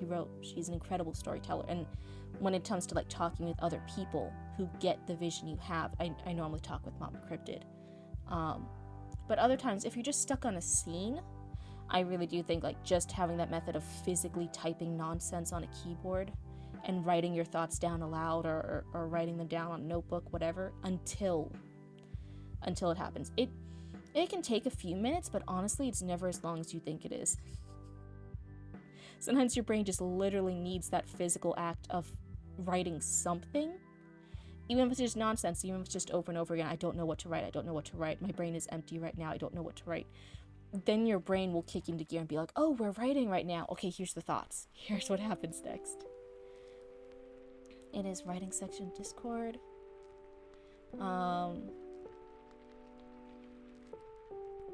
But things used for these. Okay. Writing section of Discord. What is this? Overcoming writer's block. Okay. Is that something you want me to read in the thing later? Is this for story time? If it's for story time and you want me to read it later, if you put it in story submissions, then I can read it later too, okay? I got so distracted from story time. It was story time a while ago, but we still haven't read anything yet. Okay, everybody, shake it off. Story time! Is my model in the way of the words? Did I not plan story time well? Hold on.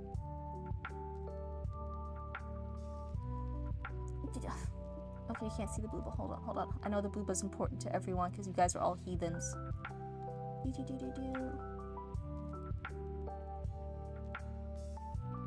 Okay, hopefully my model is little enough, but you can still see the booba. But I don't think she's too distracting now, okay? Okay. Everyone good? Lorenzo's on again. I got more secrets to spill to use against him.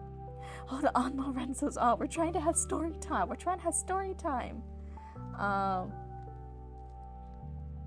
So, okay. Everyone, are we ready for story time? Story time! We have a submission here. We're gonna start with a blurb. This is for Author Relic here. So the blurb is, let me get closer to the mic. Should I pause the music? Nah, it's fine. 1984. When newly promoted Detroit homicide detective Lawrence Grimes is quietly reassigned to the remote desert town of Cinder, Nevada, after a domestic call goes wrong, he expects exile, not peace. On paper, Cinder is paradise. Manicured lawns, perfect neighbors, and a police department with nothing to do. But under the heat and hospitality, something festers. Travelers vanish. Questions go unanswered. And every time Grimes gets close to the truth, the town's smiles tighten just a little more.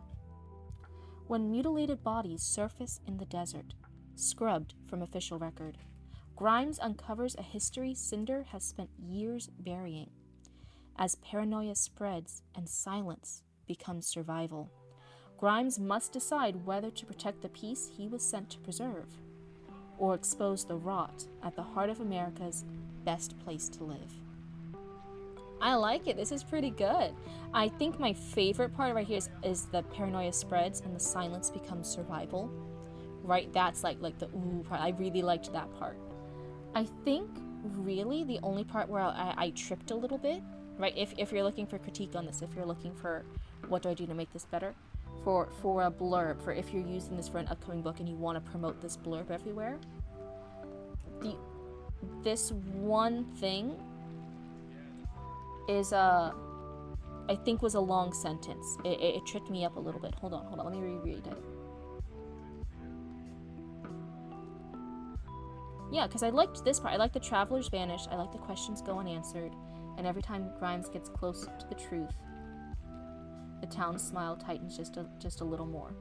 That might be closer to the truth. I'm not quite sure. I'd have to think about it. It might be every time Grimes gets closer to the truth, the town's smiles tighten just a little more. That could... I might be making that up. I'm not the best copy editor. But I think you might want to ask somebody else if it's close to the truth or closer to the truth. But I feel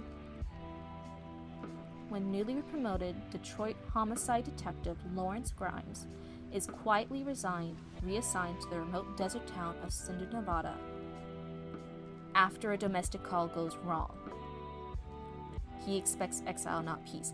That part, I think, right here. That's the part that's tripping me up. That right there.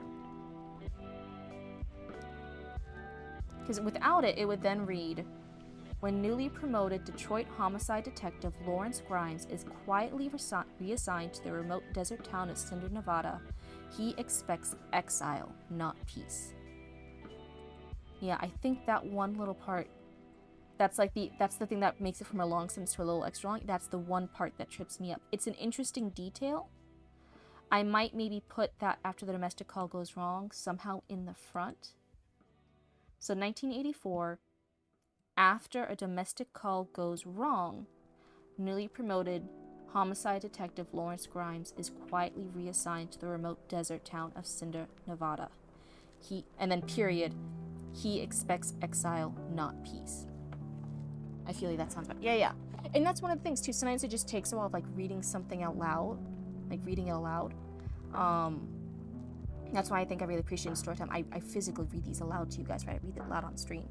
And when something trips you up, sometimes you can register like, oh, okay, I just tripped over that, right? Like I think I kept tripping on reassigned, but I know that was just me being silly, right? I just kept tripping on reassigned for some reason. That's not an issue with the writing, right? That's just a silly me thing. But I could tell overall I was tripping on where this part was in the sentence. And I feel like that part going in the beginning, that then fixed it for me a bit, right? Even me like just reading it off the cuff like that, I'm like, oh yeah, this flows better, this feels better. And I think that really, it's really good. I think a lot of authors, do you mind if I fix it while you're talking about it to see how it looks? Yeah, go ahead. I don't control you. You have free will. Go do whatever you want. Being reassigned is passive. Lawrence Grimes is quietly reassigned to the remote desert town. He is quietly reassigned. Is that passive? And you also said approaches. Wait. Where is approaches? Gets to choose. Grimes uncovers, paranoia spread, and silence becomes survival. Grimes must decide. I don't see approaches. Am I just being blind? I am blind. My eyes. Getting closer, approaches. Okay, so wait, getting closer.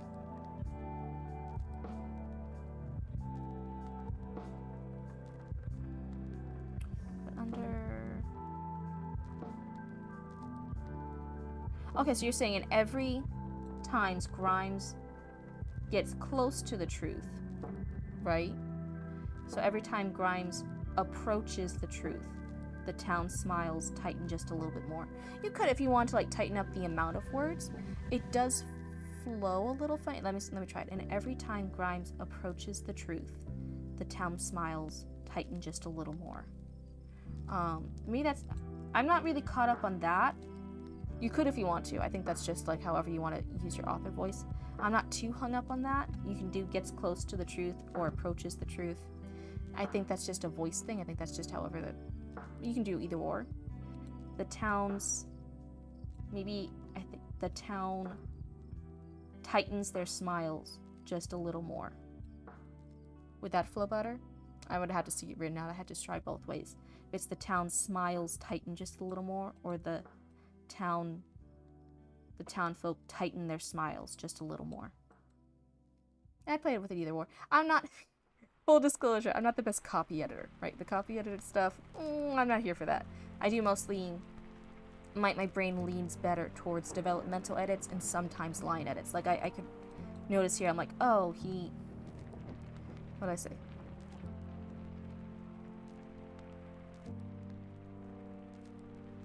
Oh, you already fixed it.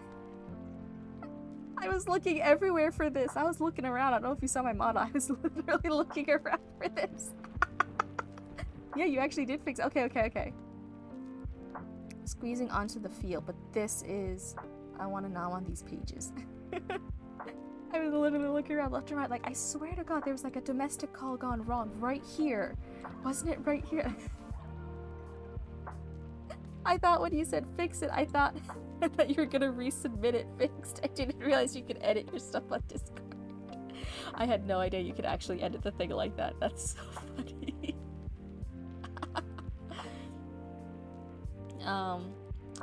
But yeah, so 1984, after a domestic call goes wrong, newly promoted Detroit homicide detective Lawrence Grimes is quietly reassigned to the remote desert town of Cinder, Nevada. I think that should be a period. After a domestic call goes wrong,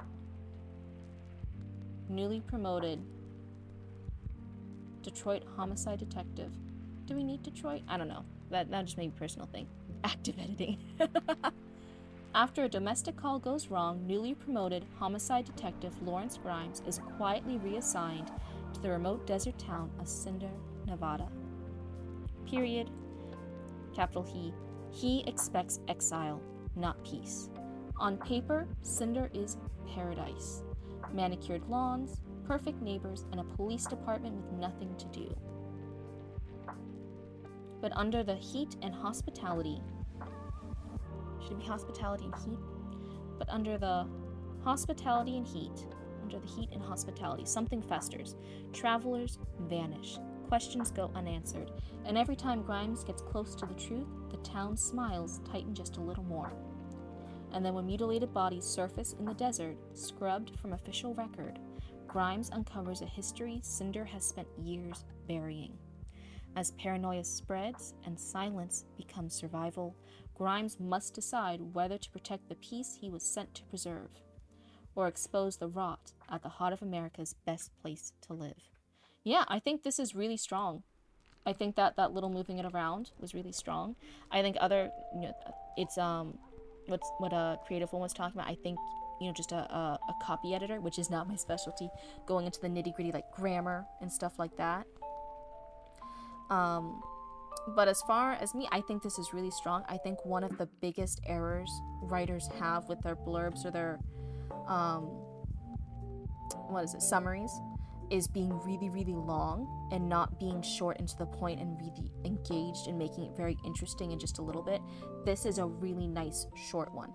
This is really nice. It gets to the point. It doesn't spoil anything, but it lets you into that a little bit of it's like, oh, that's interesting. This is a good length. Some of the previous edits I mentioned other writers like it's too long, you have to cut some of it. This is a perfect length for the blurb. This is really, really good. I'm really happy with it. You should be really proud of this. Yeah, I think it was really just the longer sentence getting that remixed around. Feels better already. It feels better reading it aloud. Don't have a 10,000 word chapter like me, lol. The summary is still very much early. I wanted feels before I committed to something. Have a 17,000 word chapter instead. But no, I think this was really, it accomplishes exactly what you want it to do, right? You would read this as a full book. Yeah, this feels like a really good, it feels professional. It feels like, yeah, this is what they would want. It's a good length. It gets the exact interesting parts. It mentions the character straight away. It had some cool little details to it. And it points like, hey, this is going to be this mystery thing. There's going to be bodies showing up. This detective's now going to have to choose, as he's getting closer to the crime, whether or not he pursues it or if he hides it like this town is, right? We get just enough, but it's not spoilering it. Sometimes people try to be too spoilery or try not to give you any info, right? They're like, no, they have to read it to find out anything. It's like, but they won't read it unless they know what it's about. This is the perfect amount of info to get a reader interested in. So I think this is really, really strong. I think, yeah, the only part here, after that little bit of sentence reassignment, right, moving around, would be the copy edit. And after you get a copy edit of just checking the grammar, and that can be like after the book's finished, right? You don't have to do a copy edit now. That's silly. After the book is finished and you do the other rounds of edits, it would just be taking stuff like this and just getting that copy edit, making sure it's all grammatically, technically Chicago Manual style, 100% proof, and that's it. This is really strong. What was I doing next? We have to do now that we read the blurb, do we want to go ahead and read Author Relic's first 3 pages? You have the first 3 pages here. Let me see if it's is it safe? Oh, it's showing it over here. Okay. Hold on, I had to move some pages around. Okay, this.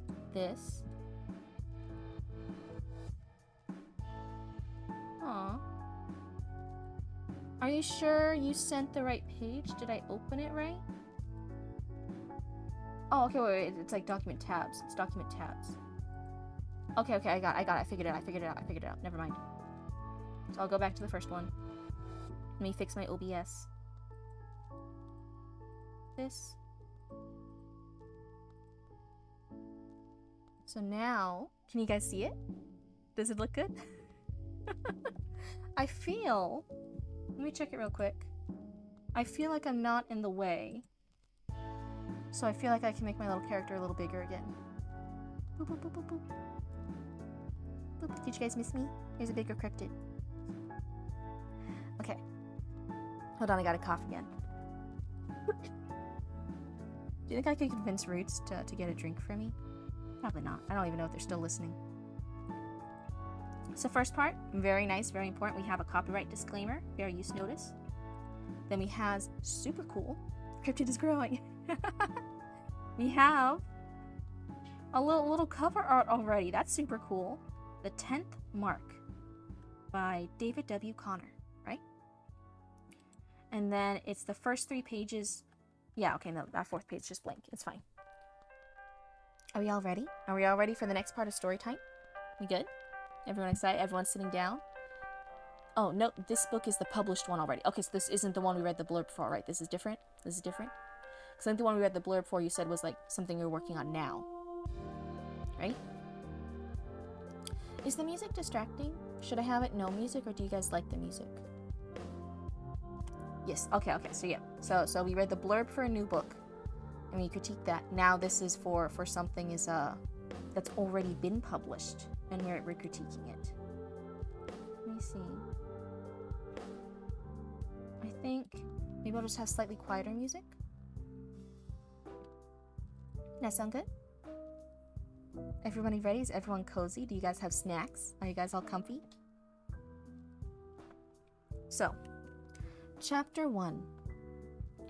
The wipers on the 1965 Plymouth station wagon fought to keep pace with the downpour, smearing rain across the windshield in frantic arcs. The storm had been relentless for over an hour, and the old car groaned beneath the weight of its cargo. Boxes, bags, a backpack stuffed with notebooks, and the scattered remains of Evelyn Thorne's life. I'm at work, yep. This is great. Sometimes I tell people you can have a lot of descriptions in the first paragraph, right? But it's really important that there's some hook, there's some engagement, there's something interesting happening here. And the interesting thing here, right, that we're introduced to right away is that this Evelyn Thorne's life, all the stuff is in here. Yeah, Evelyn Thorne? Did I say it right? I know I probably said the car wrong.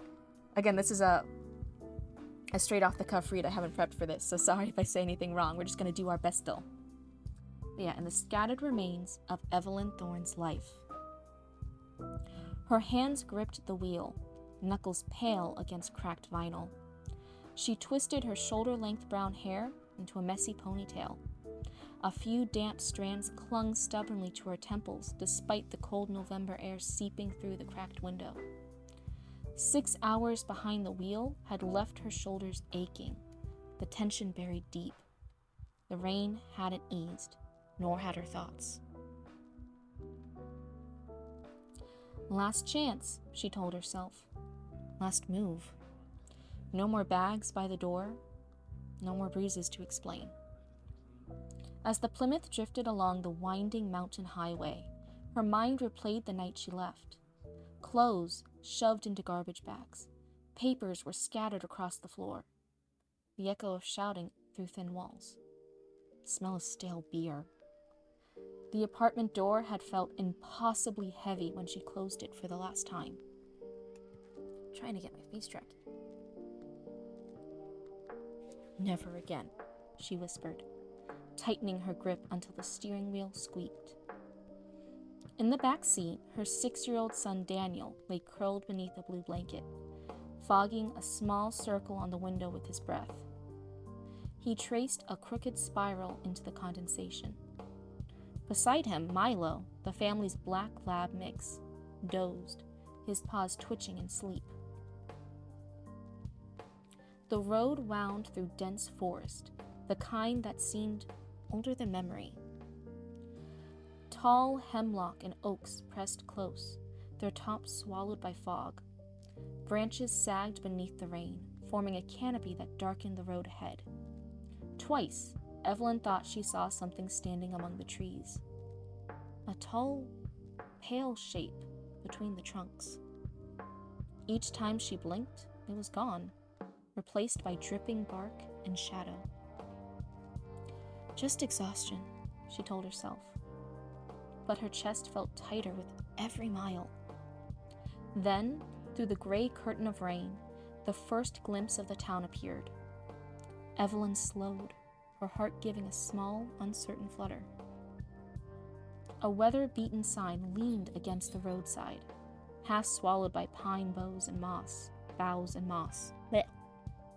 The paint had peeled away in long curls, but the faded words were still visible if you squinted. Welcome to Hemlock Falls, established 1825. The cursive lettering had almost vanished, a ghost of white beneath grime and rain. Evelyn stared for a moment, letting the words settle. A new chapter, a clean start, a place to breathe, and maybe to write again. Daniel stirred and peered out the window. It looks kind of spooky, he said. Evelyn smiled faintly. Spooky can be good. Just wait. The rain softened to a steady drizzle as the road curved into town. Main Street gleamed wet beneath the streetlights, reflecting the dull glow of shop signs and flickering bulbs. The forest thinned, giving way to cracked sidewalks, mailboxes, and a half-collapsed bench buried in weeds. Old two-story buildings lined the street. Brick facades, faded paint, and sagging awnings heavy with water. Hand-painted signs hung above the doors. Klein's Hardware, the Pine Needle Bookshop, Town Barber. To the right stood Hemlock Falls High School, a red brick rectangle with a rain-beaten banner clinging to its wall. Go Coyotes! Beyond it, the town library rose from the fog, a gray stone structure draped in ivy, its narrow windows glowing faintly, like watchful eyes. Evelyn pulled into the gravel lot beside May's diner and killed the engine. The rain whispered against the hood. A flickering neon sign hummed above the window, where a handwritten notice read, Blah! Today's specials, meatloaf and cornbread, chicken fried steak with fries, Aunt May's homemade blueberry pie. As Evelyn helped Daniel from the car, she glanced across the street. The Hemlock Falls Police Department sat squat and square, a single patrol car parked crookedly beside it. The building looked less like a station and more like a relic, a brick husk clinging to routine. Further down, the spire of Gracefall Church pierced the fog. Its Gothic frame loomed behind a black iron fence, the gate creaking in the wind. A warped wooden sign stood beneath the trees. Gracefall Church, Sunday Mass, 9 and 11:30. All are welcome. A crow perched on the fence turned its head toward her, following her every step. It cawed once, sharp, echoing, and fell silent. The brass bell above the diner door jingled as Evelyn pushed it open. Warm air met her immediately, thick with the smell of coffee, grease, and old vinyl. Daniel followed closely, Milo's nails tapping softly on the checkered floor.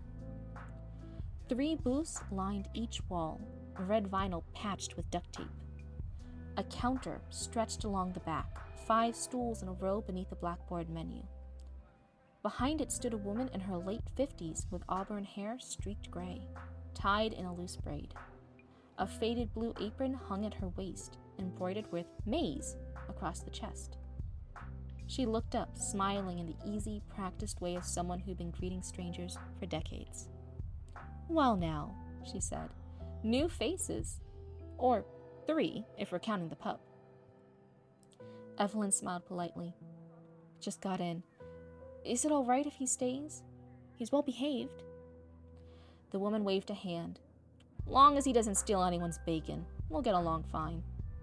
I'm Martha. This here's May's Diner, named after my mother. And there we go. That was the first 3 pages.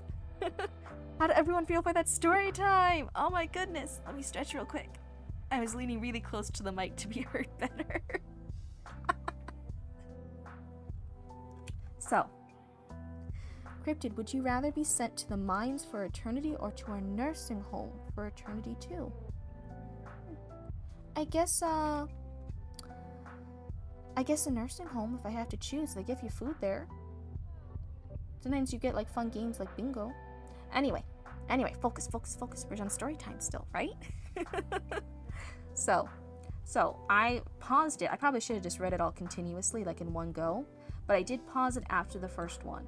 And I said this is a strong intro. Sometimes there's a very classic mistake, especially in the beginning, to write a lot of description, a lot of backstory, a lot of lore, a lot of setting details. And you can have that, right? We do have setting details here. We have the scene, but the point is it has a really cool hook. It has something to do with the character. It generally, you can break the rules if you know how to break them, but a good rule is to somehow introduce a character, introduce something interesting about a character. And we do have this really cool bit here of the scattered remains of Evelyn Thorne's life, right? That is the strong hook here. That's what makes this intro work. So I do like the intro here. That is a really good balance of having something with character among all the descriptive of the background stuff. We need the pets edition on my B&B. Oh. And then the next part I noticed here, we're having a lot of cool details. We have the character speaking to herself. That's good. We have the really creepy detail, right, of she's seeing something.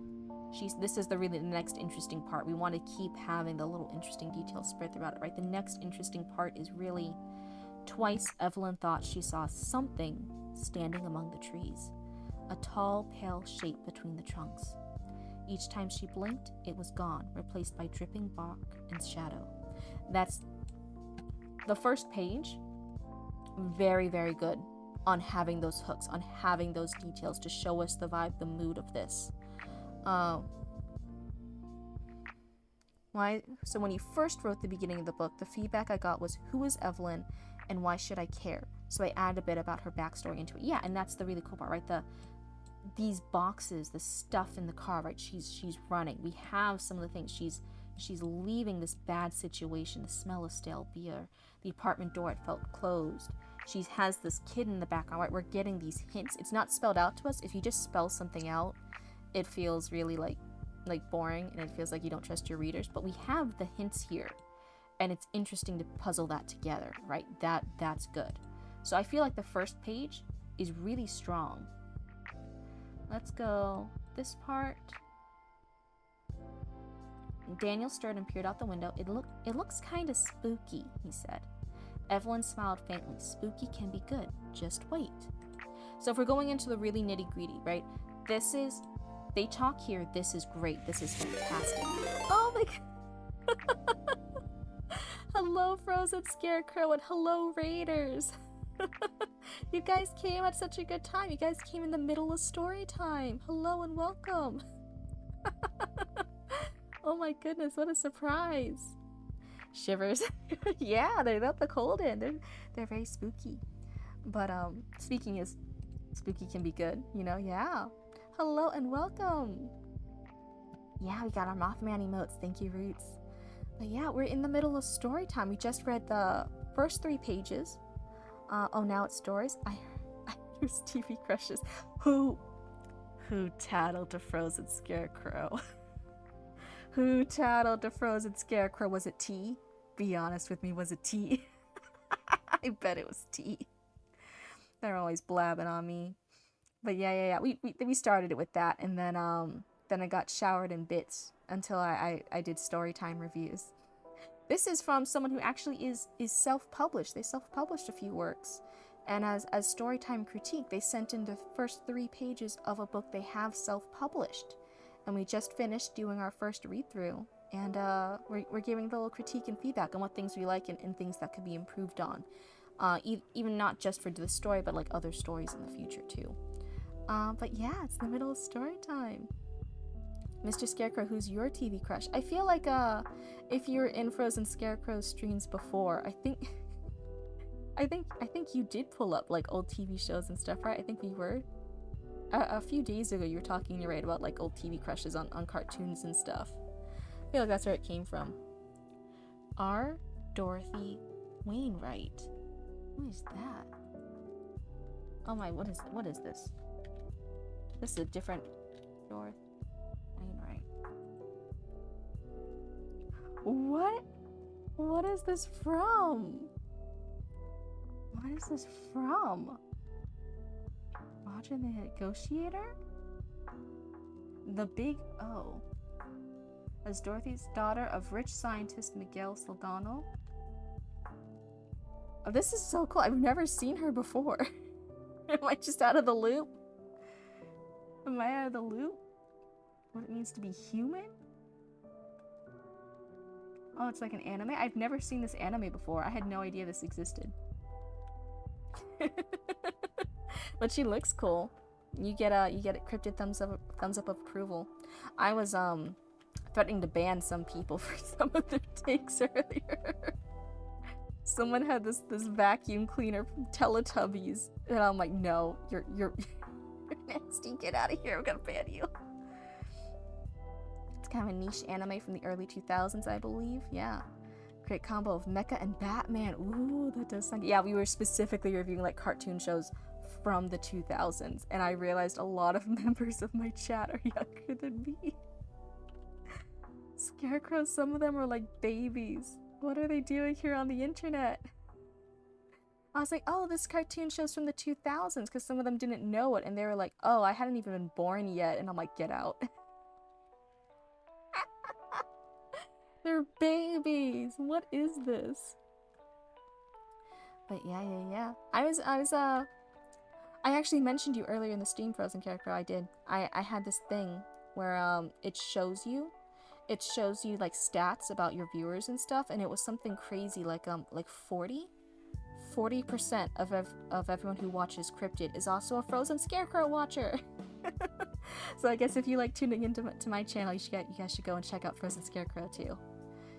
You are the babysitter. Yeah. You got a good trade going on. I know, I was telling somebody earlier, I'm like, the only problem is we're both from Florida, and we both start streaming at the same time. I was saying, I would be watching your streams, like, way more often if I could, except we stream at the same time. So it's really whichever one of us finishes earlier is the one that reads the other. What was I saying? Oh, the critique for this one. So I was saying, this scene here, we're finally seeing Evelyn and her son Daniel talk. He says it looks kind of spooky. When not writing, I stream earlier, so we'll get there soon enough. That's a problem, Scarecrow. I want to do game streaming earlier too.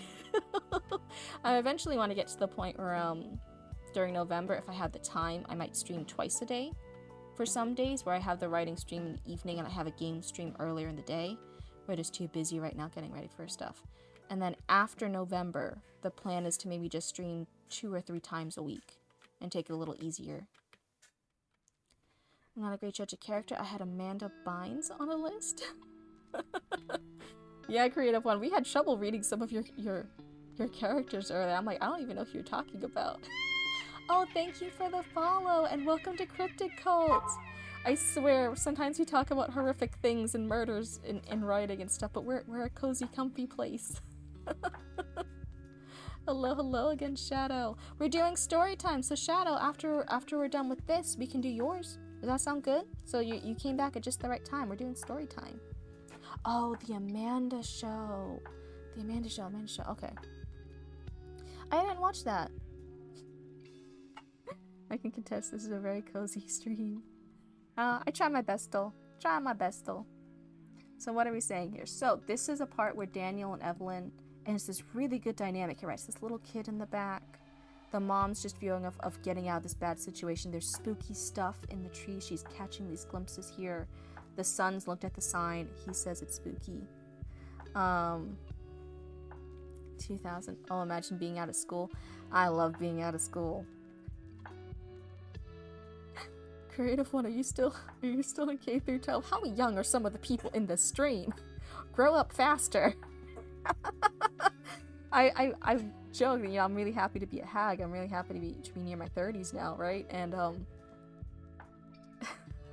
why are some of you guys still babies? Grow up faster.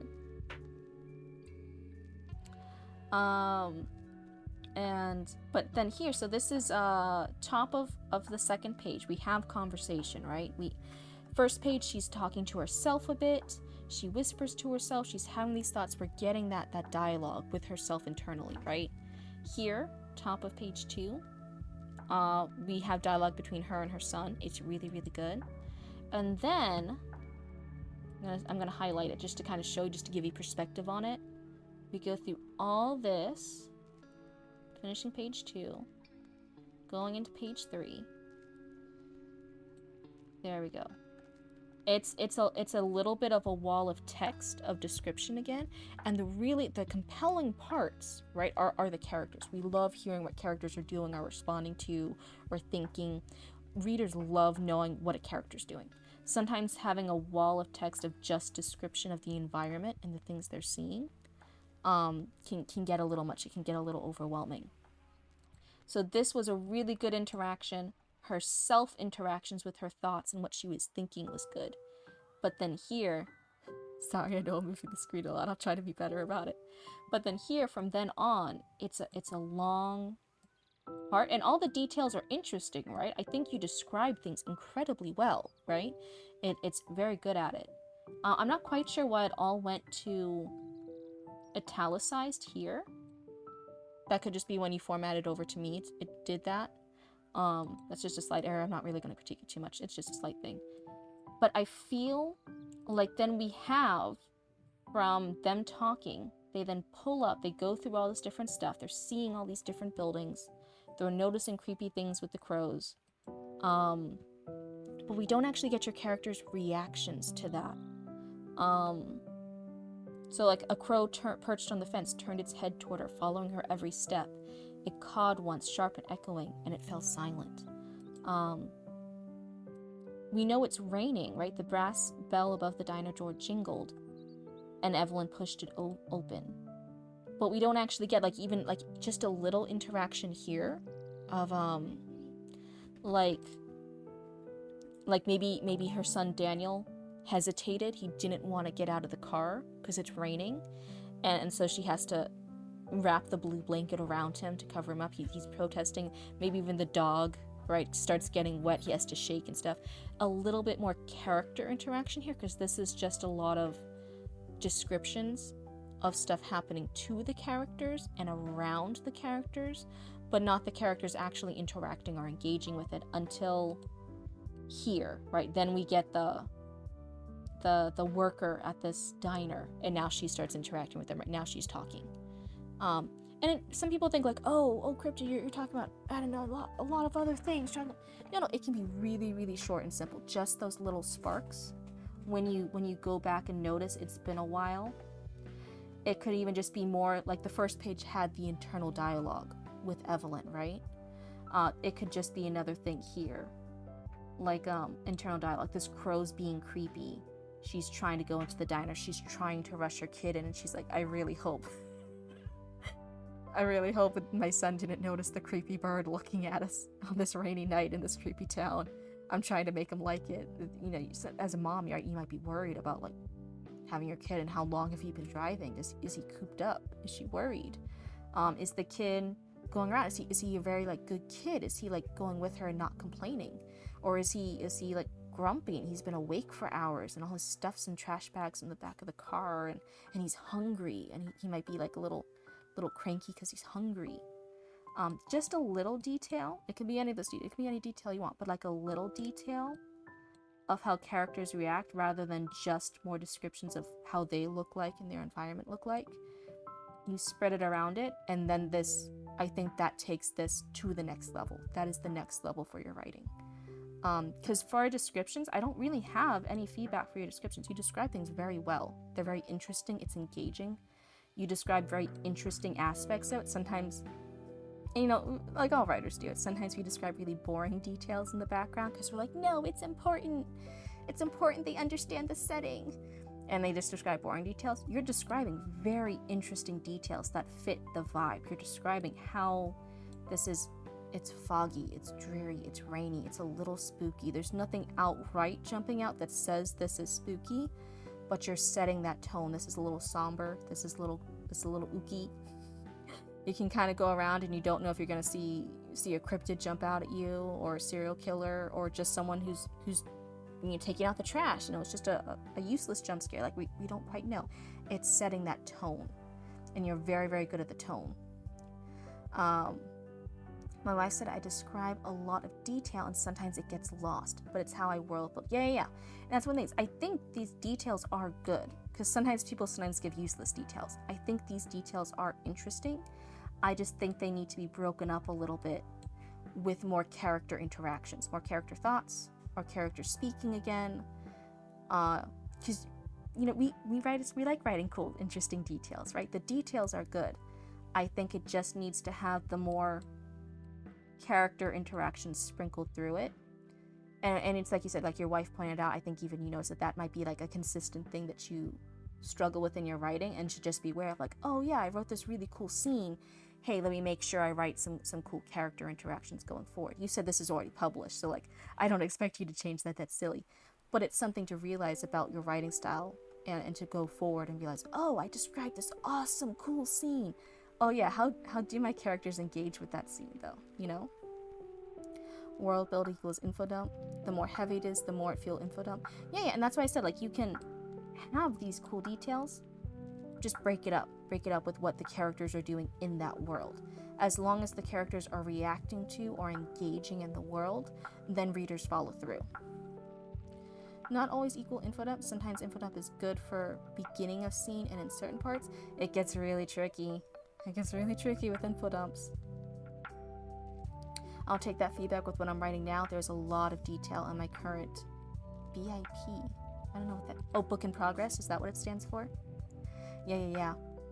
And that's what I said. So this one's published. I'm not expecting you to fix that. That's crazy. But going forward, if you realize that's a... Yeah, book in progress. If you realize that's a trend, when we get feedback and we can recognize trends that we commonly do in our writing, and we're like, oh, I do that a lot. Then we can address them for the future. That's how we get better. Yeah, sometimes info dump is good and sometimes info dump is bad. Yeah, it's tricky. It's really, really tricky. SIP is series in progress. Oh, look at all these new words I'm learning today. I'm learning some stuff. Like I said, this is her going to town. This is the first time seeing the town and hanging out with this stuff. So it would just be like, oh, okay, we're gonna describe this diner and this menu. And there could even just be a line here of like, oh, right, you don't need to get rid of that. Just do a line of her looking back and be like, oh, you want to see if oh, thank you. Thank you, that's very nice. But yeah, other than that, I think that's really the major developmental line edit surface level of this, of being aware of making your characters more engaged with it. Other than that, I think really what both with your blurb and me, and it's something I can't really help you with, right? I'm not a copy editor. I think really to progress with your, because you're saying you self-publish a lot of books, right? You're working on a series, you're working on a lot of things. I think you were worried about a lot of editors being like kind of right, it's a cost barrier, right? It's very expensive to hire a lot of editors. I think your word choice and your author voice, your narrator voice is so strong.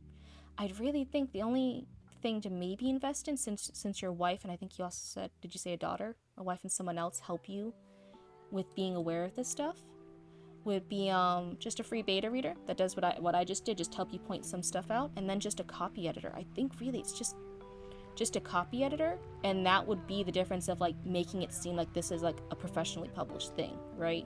And that's just to be aware of commas, individual word choices, if a sentence is too run on or something like that. The literal nitty gritty of studying the entire Chicago manual style. That's like the forbidden dark text to me. We found a beta reader on Fiverr who does 60,000 words for $40, so I'll be looking at using them to take a look as well on what I'm working with now. And your mom, okay, so it was your wife and your mom, that was it, sorry. You only need to put commas where your heart tells you. For Rose and Scarecrow, what are you doing? But you're being the little devil on someone's shoulder. But yeah, I think this is strong enough that if you ever did do an investment into any of the multiple styles of editors you could do, I would say the copy editor is gonna be the most one. That's just gonna bring it to the next level of it will then look professionally published, right? It will then appear to be, it wouldn't seem indie published, it would be a industry standard published work then, right? Just to tackle those nitty gritty things, and then just a beta reader, and like you said, your wife and your mom, just to help you with like, oh, move the sentence around here, move this around. But I don't really feel anything like from this sample, like a developmental or a line editor would do anything crazy for you. I think you're very strong on those terms. I think it would just be the copy editor, really. My teacher yells at me and my classmates when we use a colon, semicolon, and a comma wrong. That's what I would trust to a copy editor. You know, I don't need to know those rules. Copy editor will know them for me. That's why I'm not at school. She says it's sad that teachers use them wrong too. Yeah, I know. I think that's just a thing. Overall, we're not as strong as we are in the technical knowledge of writing structure anymore. Even I'm not. That's why I say like I don't give advice much unless it's something obvious that I can help with like some general spelling errors and commas and stuff and word flow. I'm naturally better at developmental and line edit levels of giving feedback. I'm not the person to ask you for copy edit. Look at those dodging skills. Dodgeball pro. Going left and right. My teacher was a college professor before being a small town high school teacher her first year. Oh my. A lot of the teachers that were college professors and then they go to like high school or middle school, it's like, you need to calm down. Is that just me? It's like, you need to calm down. You are not in college anymore. Like, relax. And I feel like a lot of teachers that stay in college teaching, if you actually go to college, they're a lot more chill. It's absolutely painful right now. So yeah, that was the first part of story time. And I think that was just my feedback of being aware in between these cool descriptions of stuff. Make sure to have the characters interact or more engaged with your cool environment. And that's the main critique I have. And I hope that helps. I hope that helps with whatever thing you're working on in the future. But that was the first for story time. We did the blurb and then we did this. And now I think Shadow, we're gonna do yours next, okay? Hold on, I had to set everything up. So first I'm going to get rid of this. I had to go into the Discord again. I don't know if you guys will see it. It might just be a black screen for you guys for a little while. So that was the 10th Mark 3 pages. Okay, that's what we did. That's the blurb. Shadow was above that. Here we go. Okay, so now I'm gonna go to this. And there we go. I think you guys should see it in a second. Alright, looks all good. Epic, amazing environment and peace. Great start. Yeah. Okay, so this is this. And again, story time, story time. Everyone shake it off, wake up. New story time submission. So for this one, I think when I was looking at earlier, I did notice it was 21 pages, and we don't quite read that long for story time, so it will just be a little shorter excerpt than that, Shadow. I hope that's okay. So, hi, my name is Nico. I'm the JROTC, I think that's Junior ROTC, out of the group, and I'm the owner of Band Pet for my group. I am a tenor saxophone. I check everything up and load onto the bus last as the bus driver gets the bus started. I have the bus driver close the door before. I release Scooter at the front as Jay is already all over the puppy. I'm gonna guess Scooter... Is Scooter the puppy? Okay. I hear Firm. Is that Fern? I hear Fern setting up his mic and radio transmitting stuff. I look at my pocket watch as we start to move, and it's only 4 hours until the band competition. And our uniforms are so bad, I wish we had nicer uniforms. We can't stand the heat in our current ones. We are at the head of the 75 bus convoy with over 1,800 members in the band. Okay, I think it is just Firm. I think I misspelled with Fern. I start to Firm radio kick up and start up as we hit a bump, and he starts reporting on the trip to competition. And it's the state championship competition, what we usually win. But we have 810 freshmen this year. So just from this, I think... oh my god, my brain is cringing just from hearing it. Red, I wrote this like 2 years ago. All names are based off IRL friends. You shouldn't cringe, but yeah, so that's why I say sometimes it's very scary putting your stuff up for critique, right, for the live stream. And that's why I try to show it myself. That's why I show you guys my rough drafts and my edits, because I never want you guys to feel bad about stuff. It's all going to be all different levels. It's going to be all different stages of our writing. So you shouldn't feel bad about it. I don't want you to cringe about it, but yeah, it is really scary posting your stuff up, huh? So thank you for doing it. First of all, we'll start off with that. Thank you for being so brave and sharing your story time with us. In real life, influences are great to use in your writing. I sent that off to a publisher today too. Normally I'll just give you some advice. Normally it's a little hard to send things straight to a publisher unless it's like a vanity publishing thing. But normally a lot of publishing houses don't just accept things. They normally try to query an agent, and then an agent, right? They normally accept agent queries. Some of them do accept stuff without agents, but I'll say your chances are a lot better to try and get an agent first. So normally you query agents for a while, and sometimes you'll spend a few years doing that. And then an agent will give you very specific advice back and be like, oh, okay, this is what we need to do, this, and this, in order for a publishing house to accept it. And then the agent will send it to publishing houses. I sent it to an agent that they sent to their review board. Okay, so probably like an agency then. So not to a publishing house, I think they sent it to their agency company. That might not go directly to a publishing house, right? That's probably going to stay in their agency review board. And they'll see if there's an agent who will pick it up. But I can say for this, right, because we're never going to say anything mean. We're only going to give you advice to use to help you get better and grow forward. I would say, hi, my name is Nico. I don't think that's like the strongest start to it, right? It does feel maybe a little bit younger. It feels like the narrator's talking directly to the readers, which can sometimes feel a little clunky. Some people can do it, but it's very, very hard to do. You don't see a lot of writers do it. It's not the strongest start. I think if we're doing it, I think this cool stuff with the uniforms, and it's this huge convoy, this huge 75 bus convoy. There's almost 2,000 people here, but you guys are all like really uncomfortable, right? All the characters are uncomfortable in these bad uniforms. I think that would be maybe a stronger start of already being on the bus, feeling itchy, feeling scratchy, feeling irritated, having to be in these bad uniforms for hours, right? I'm going to assume this is maybe like an hours-long bus trip, just to get to this competition, right? And having that detail, putting us in the moment of the uniforms are uncomfortable, you're sitting on this crowded bus, there's a line of buses behind you, you guys are taking up the highway. A lot of publishing houses, from my research, want an already completed, edited manuscript. I could be wrong though.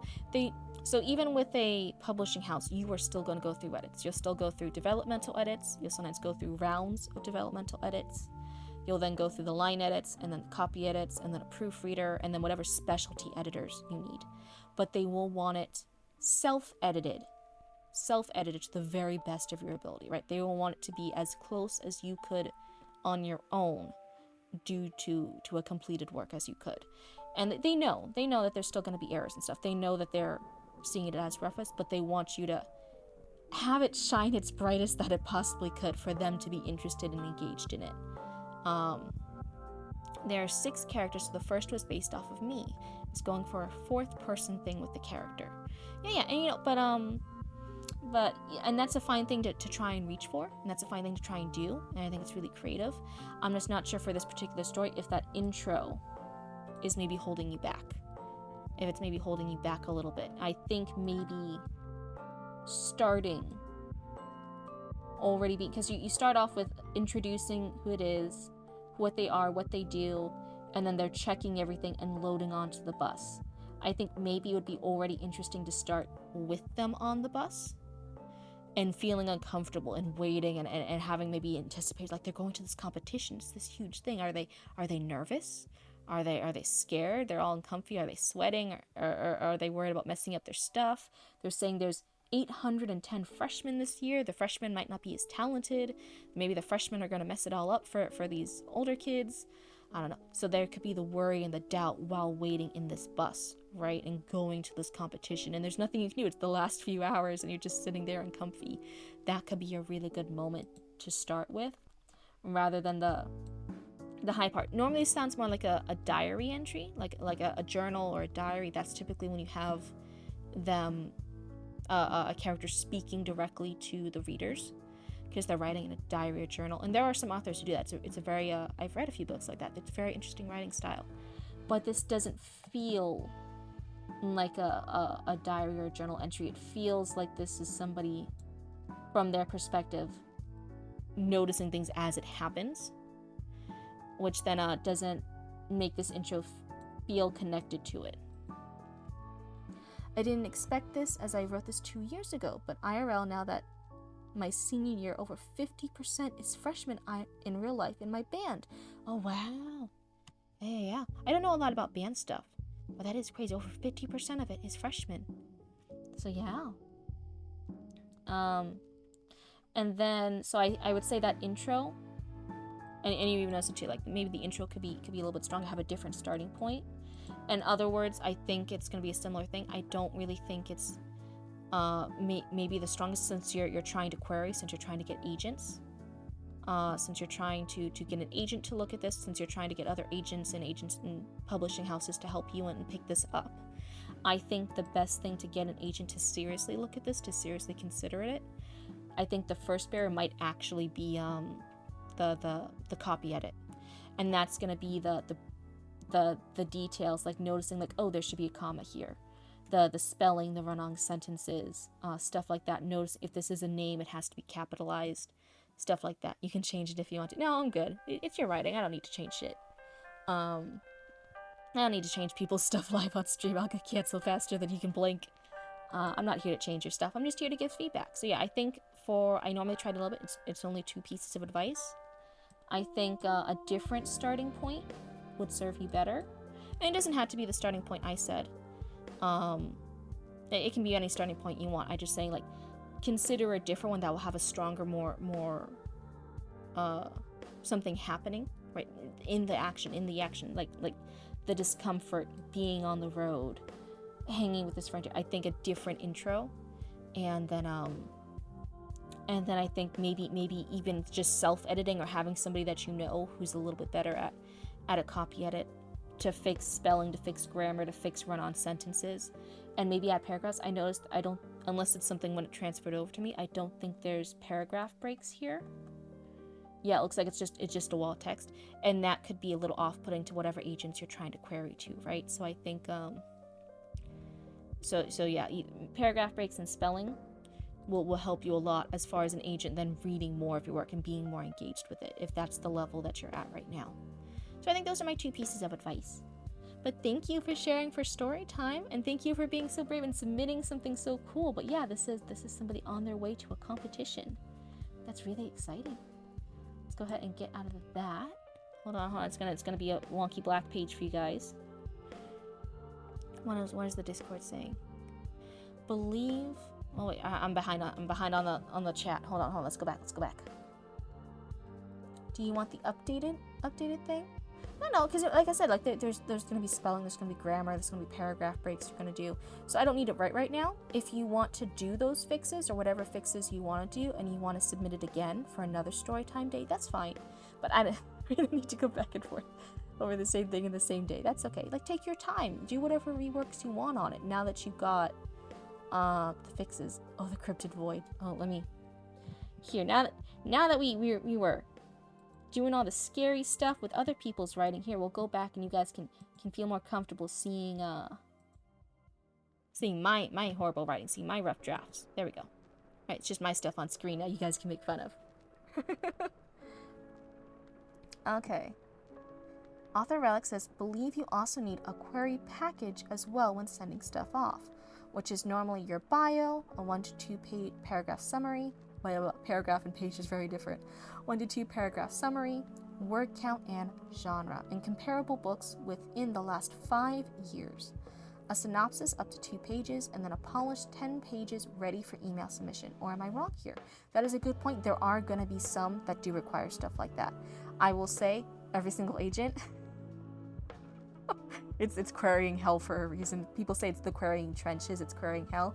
Almost every single agent you see, they're gonna want different things.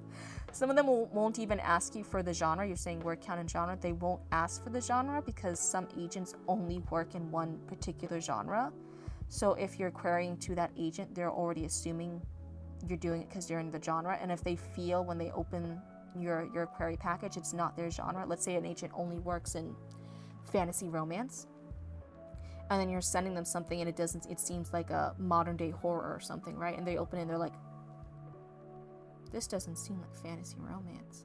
They'll just throw it straight in the bin. They're already assuming because they only do fantasy romance, they're assuming that if you're querying to them, you're doing fantasy romance. And if you're not, they'll just chuck it, right? Because they only work in that genre. Some of them are picky like that. I shouldn't say picky, that sounds negative. Some of them specialize. Like that. Some of them don't want book comparisons. Some of them do. Some of them will have different things where it's different word counts or a synopsis up to 2 pages. Some of them only want like a paragraph synopsis. Some of them want a 1 page.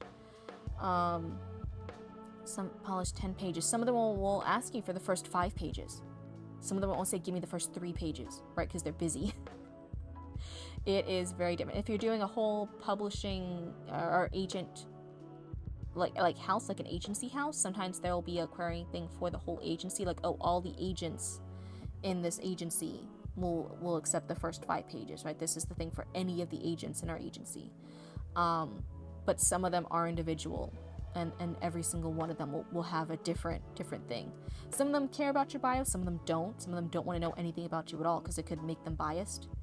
They don't want to know. Like if they're want to read books from females in romance, right? And then they realize, oh, in your personal author bio that you're a guy, that might bias them. They might not think you can write from a female perspective well, and they'll toss it in the bin. So sometimes they don't want to know your bio. Sometimes they do. It all just depends with agents. Idea you could start with a journal entry, also talk about, yeah, you could start with a journal entry for that one, for Shadow, and write it in the past perspective about what the character's saying happened. That's another way to do it too. If I remember, what I was planning was each character was 1 paragraph. Oh, we went through a whole page there, and that was multiple. Yeah, paragraphs aren't like a character thing, a character perspective thing. It's like a couple sentences. If you start reading more and more examples of other people's work, you can start kind of naturally picking up where paragraphs should and shouldn't be. But generally, a paragraph is for one singular idea. So if the one thing is like, oh, this paragraph is going to be him going onto the bus. And then the next thing is, hey, now that he's on the bus, the radio's acting up for the friend firm, right? That's another paragraph. And you can break it up. And then if there's dialogue, that is automatically you change to another paragraph. There's different paragraphs. You can look up the rules of paragraph stuff. But there is rules to it. Might ask you to send me feedback privately later. Sure. Cryptid, I also posted the book that I'm writing now. I think you missed that message. Sorry. I try to keep up with chat to my best of my abilities. Just now I felt a roll into a character I was thinking of. You felt a roll into a character I was thinking. Oh, you had a new role for a character. You have a new character idea. That's cool. That's really awesome. Yeah. So you want to do that? Do you want? It is 12:38 here in local cryptid time. Chat is a learned skill. Present Scarecrow, you've been silent for a while. But you already baited me. No. Do we want to do? Is this going to be the last story time? You guys can't see it right now. I'm in the Discord. Let's see. Here are the first 3 pages of my book in progress, Cinder, a Lawrence Grimes novel, book 1. Okay. Visit site. Hopefully you're not sending me anywhere like crazy like hell. And we'll get OBS. And I'm so smart. I'm so good at switching. This? No. Hold on. I'm getting there. This. I wrote things, I showed things. Ooh. Okay, everybody. Story times. I really like the fact that you did this, even though I think you said this was just for, this one isn't published yet. This is your work in progress one that you already, when you're submitting stuff, have the copyright stuff in the fair use notice. I think that's really smart of you. I like the fact that you did that. Maybe I should have something for other people, like, hey, don't steal things when someone submits to story time. I think that's really smart of you. I think it's really professional. Okay, everybody. Let's just make sure this is 3 pages. Yeah, you're so good. It's 3 pages. Is everyone ready? I think this will be our final story time today. Story time! Story time! Who's in the kitchen? Hi, is that Roots? Could there maybe be a drinky for your older sister? Please? Cold water. I appreciate it. I'm reading a lot of story times. I didn't expect to be reading story times today. Chapter 1. The Midnight Call. The face tracking's gonna go haywire because I'm leaning close to the mic now. The rain hadn't stopped since sunset. A thin gray drizzle that didn't wash the city clean so much as smear its filth into the cracks. It rolled down brick walls darkened by exhaust and old graffiti. That's a big quiz. Hold on. Sippy.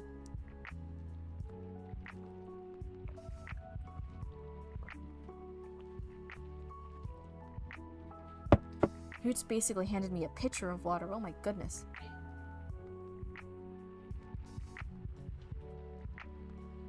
Sippy. It rolled down brick walls darkened by exhaust and old graffiti, pooled in the potholes, and carried a skin of oil across the asphalt where headlights bent and twisted like fever dreams. It soaked the glass storefronts, turned alleys into mirrors, and clung to every face that passed beneath the lamps. The streets glistened like open wounds, slick, reflective, breathing. And beneath the tired neon hum, Detroit glimmered the way an old scar does under light. Not beautiful, not healing, just there. Proof that something once hurt and never quite closed. Steam coiled up from manholes and sewer grates, breathing through the cracks in the asphalt. The air smelled of gasoline and rust, and somewhere underneath the faint copper tang of something older. On the corners, neon signs buzzed through the downpour, sputtering color into the darkness. Miller High Life, on tap. Adult books, live shows. 24-hour auto parts. Their glow mixed with the wet reflection of police lights miles away, painting the puddles red and blue. Officer Lawrence Grimes sat in his patrol car, watching it all. The window cracked, just enough for smoke to drift out. The cruiser, a 1981 Ford LTD Crown Victoria, idled on the curb, its engine humming steadily, wipers dragging tired arcs across the windshield. The heater wheezed out lukewarm air that smelled faintly of mildew. The roof light ticked softly as rain pinged off the metal housing. 8 years on the job, and he still preferred the slow nights. the long, empty ones where the city seemed to hold its breath. He'd come to recognize Detroit's moods the way a man knows the moods of a sick friend. It wasn't dying quickly. It was lingering. He drew on his cigarette and exhaled toward the side window, watching his reflection blur in the fogged glass. 29. Sharp eyes. Worn down early. His hair was beginning to gray at the temples, though the streetlights made it look silver instead of tired. The city made everyone look older. Across the street, a bus groaned to a stop. Its doors opened with a sigh, and a single passenger stepped off. A woman in a factory jacket, clutching a lunch pail. She hurried underneath her umbrella, head down, shoes splashing through the gutter. The bus pulled away, belching exhaust that hung low under the streetlights like fog. The police radio muttered softly in the background, static and muffled voices. Unit 7 responding.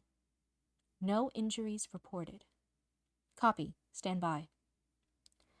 The sound was as much part of the city as the rain, a constant pulse in Grimes' nights, like distant thunder that never stopped.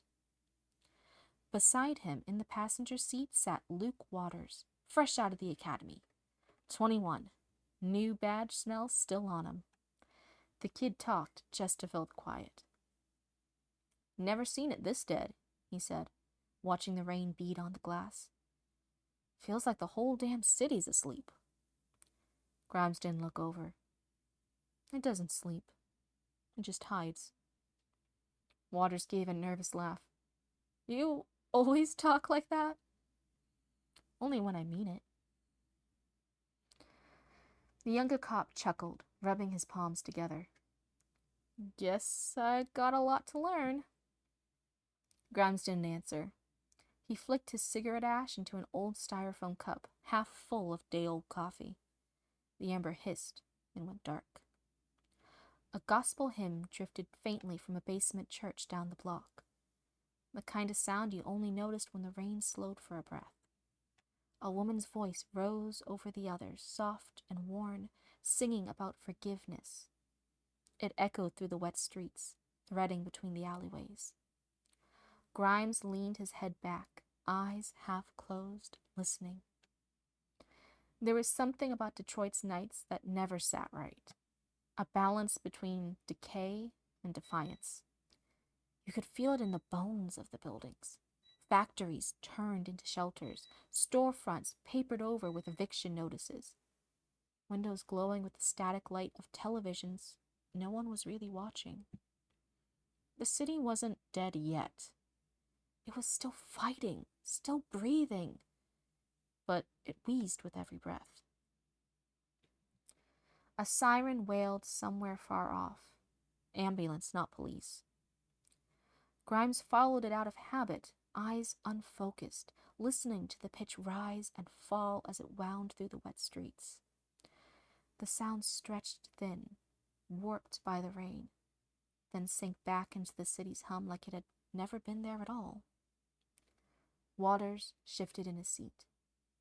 My fiancé says I should put in for the day shift. Says this place looks different in the sunlight. It doesn't, Grimes said. Grimes rolled the cigarette between his fingers. Oh. You ever think about quitting? Grimes rolled the cigarette between his fingers. Every morning before I go to work. The Wookiee grinned, trying to take it as a joke. But Grimes' tone didn't have a joke in it. He turned the radio down a notch, preferring the sound of the rain. Drops traced crooked lines down the windshield, warping the view of the city. A payphone flickered on the corner, its bulb stuttering. A stray dog trotted by, ribs visible, shaking the rain off before ducking into an alley. Somewhere in the distance, metal clanged. A trash can or a door slammed shut by the wind.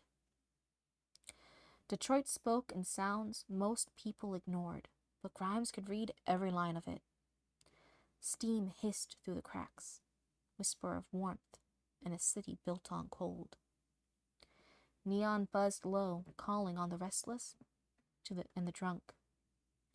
And when the radio went quiet, when even the streets stopped to listen, that's when he knew something was about to give.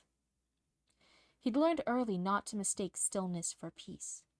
Quiet streets didn't mean safety. They just meant the noise hadn't found you yet.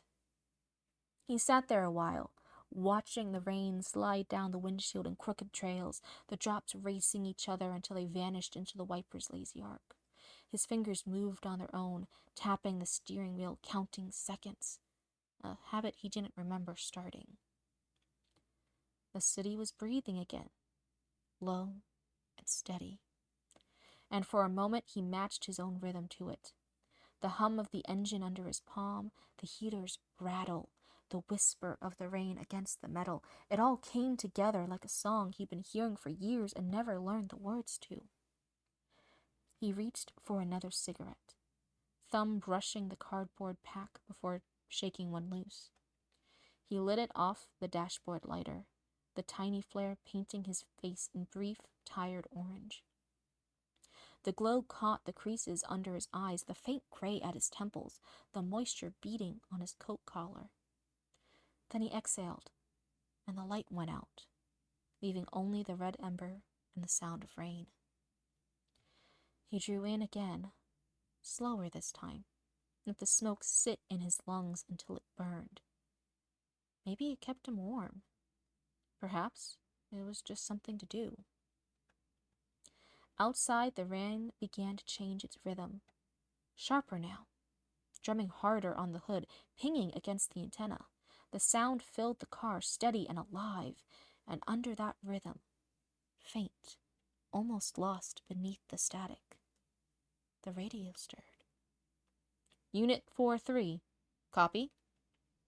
Grimes blinked, as if waking from a long gray dream. He looked out at the street, empty again, except for the shifting reflections of neon in the puddles. He stubbed out his cigarette, reached for the headset, and brought it to his mouth.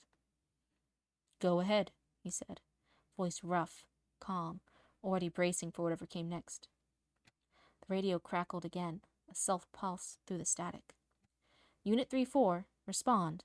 Domestic disturbance, 892 Jefferson Boulevard. Neighbors report screaming, possible child present. Her tone was flat but not indifferent, just efficient, clipped, the way she read every bad call. Grimes could picture her back at the precinct, cigarette burning down in an ashtray beside the switchboard, coffee going cold. Kathy didn't waste words. She never had to. When she said screaming, she meant it wasn't just another argument. Grimes glanced at the clock. 1:58 a.m. He knew Jefferson. And there we go! There we go. That was story time. Oh wait, was there a follow? I'm so sorry. Oh my. Thank you and welcome to Cryptid Cult. Hello. I was so focused on reading each word I didn't have my eyes on the screen. Oh my goodness. But yes, welcome to Cryptid Cult. What do we have here? What is 1984? Book setting or time frame? That's the time frame and the setting. The book takes place in 1984, but not in the prior media book of the same title of 1984. For follow. Let's see. 1984? Where do I didn't see it. But oh my goodness, my music is gone. Why didn't you guys tell me? I missed a follow. I missed my music. Didn't the music at least stop at an interesting point?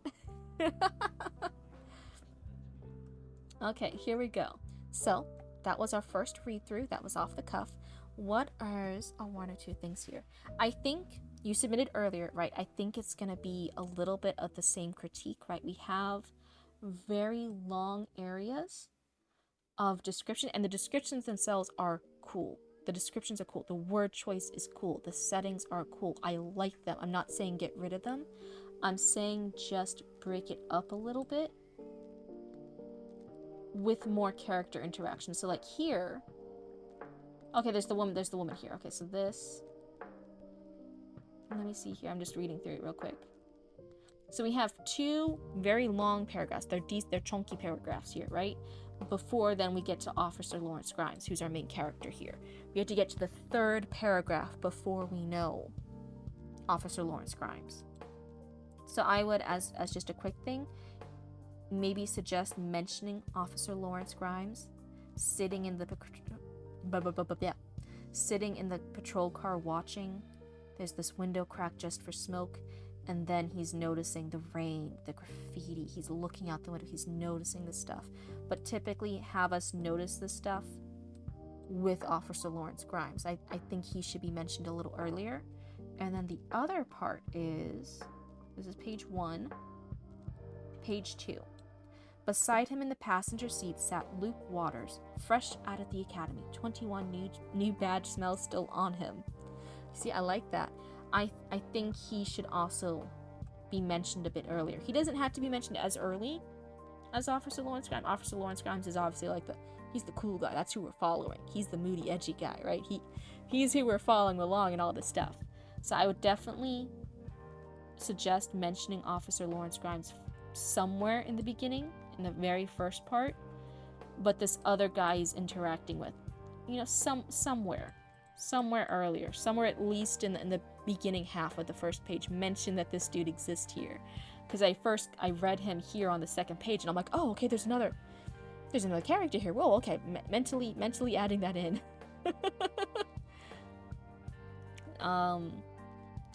So I would say, the character should be mentioned a little bit, and you even noticed it earlier too with the other critique, right? So you have very cool descriptions.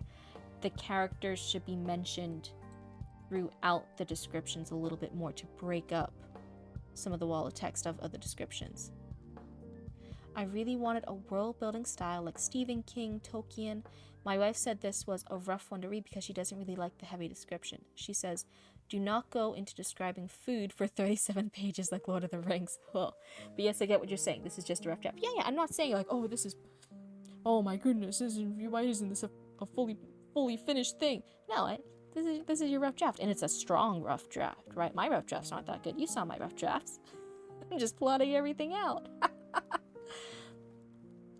I'm saying for your next edit, for something to keep in mind as you're writing stuff.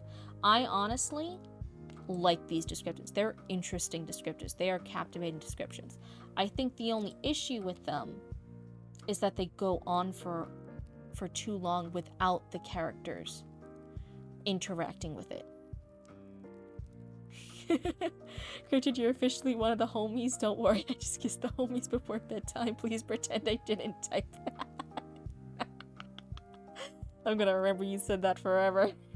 I'm gonna make fun of you forever. You saw a big titty blue girl on your screen and you tried to call her a homie. Oh no. Yeah, that's right. President Scarecrow's gonna get you now. Spree, calm down. It's almost 1 a.m. Calm down. How do we make the quotes in streams again? Quotes in streams again. This is like in chat? In here? In chat? I have no idea. Exclamation mark quote. I have no idea. Maybe Frozen Scarecrow will help you with that. Frozen Scarecrow knows how to do some of the cool stuff in chat. I know nothing.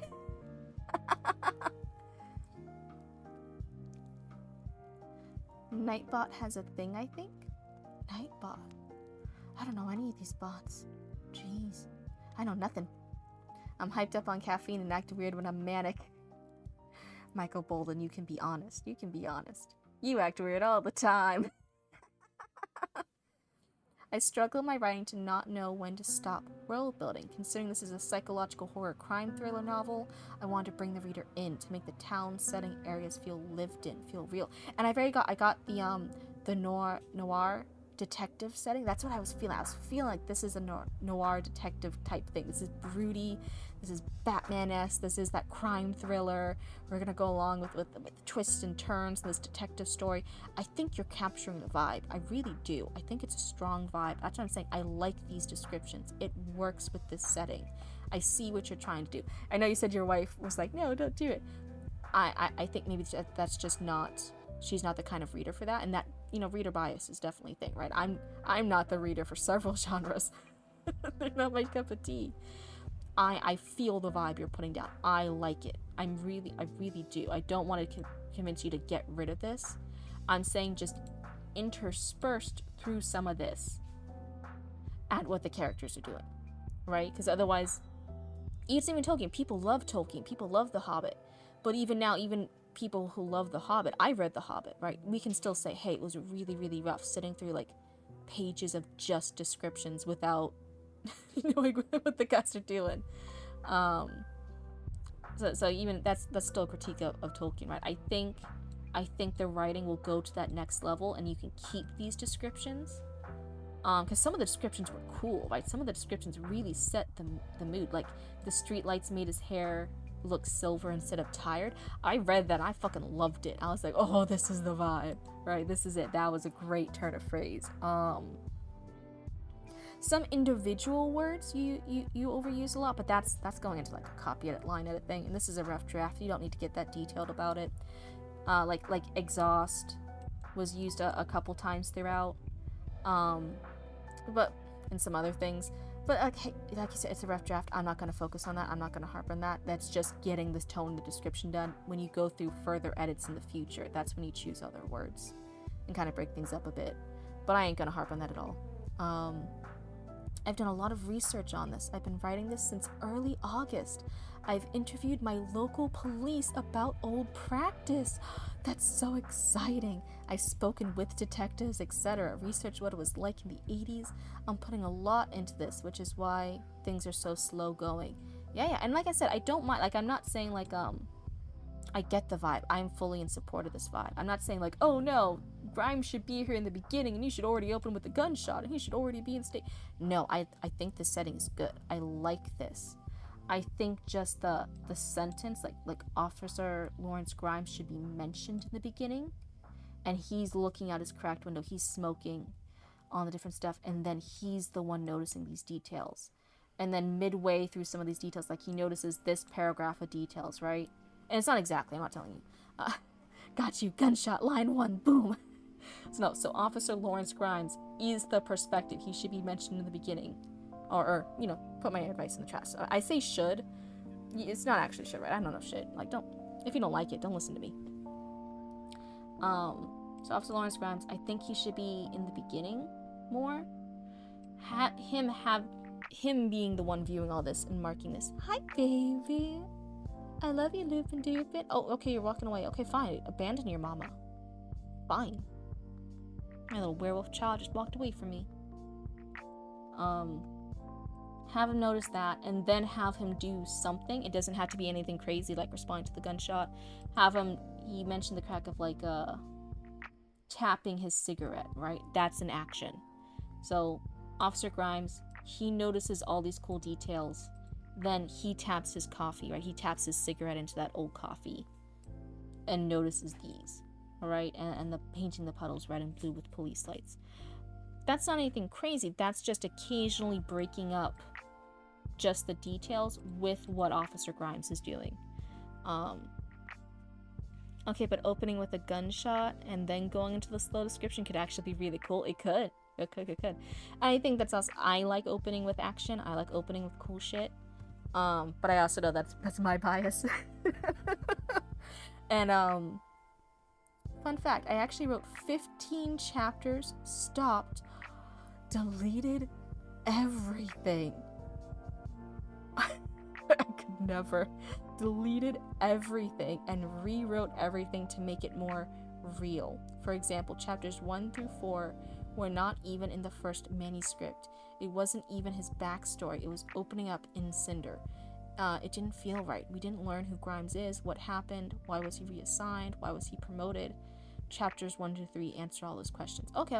So yeah, so you'd like this opening more. And that's fine. I'm going with the vibe here. I'm down here for the mood. I like this setting. I like this vibe. I like the mood here. I'm fully on board. Oh, you were the one that deleted everything. That's terrifying. I could never. Like, you guys see me, like, I'll do the whole rough draft, and then I'll realize, like, oh wait, this is shit. And then I'll just space, I'll just go down a couple lines and I'll just make a note being like, ignore all that, it was stupid, we're gonna do this instead. And that will be like in parentheses, and then I'll just write the next paragraph as if I had that fixed, and then in the next edit it will be a separate document and I'll fix it all, right? But I always keep every single version of the draft. I'm mentally a writing hoarder. I don't get rid of my words. I recycle them for later, that they're saved in their old version 1 document, and I just have a second document that's now neater and cleaner, and then the third document fixes the second document. I'm a writing document hoarder. This theory is for some that memorize and passion into the story, the core shines. I was worried Grimes wasn't right. Like, excuse my language, but why the F should we care about Grimes? What is he hiding? Who is he, etc.? I felt like the reader would lose interest in him. And I think the setting's interesting. I'm interested in Officer Grimes, but Officer Grimes isn't mentioned until the 3rd paragraph. I read a whole 2 paragraphs. And they're big chunky paragraphs before we got to Officer Grimes. That's why I'm like, Officer Grimes is cool. I think he should be up here and he should be noticing the stuff. And then he does something, you know, like you can mention the thing like the wound, something once heard, never quite closed.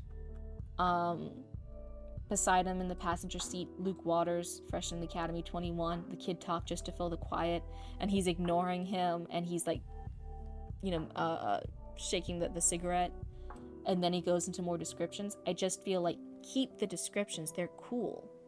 Just break them up a bit with a little bit of what the characters are doing in between it.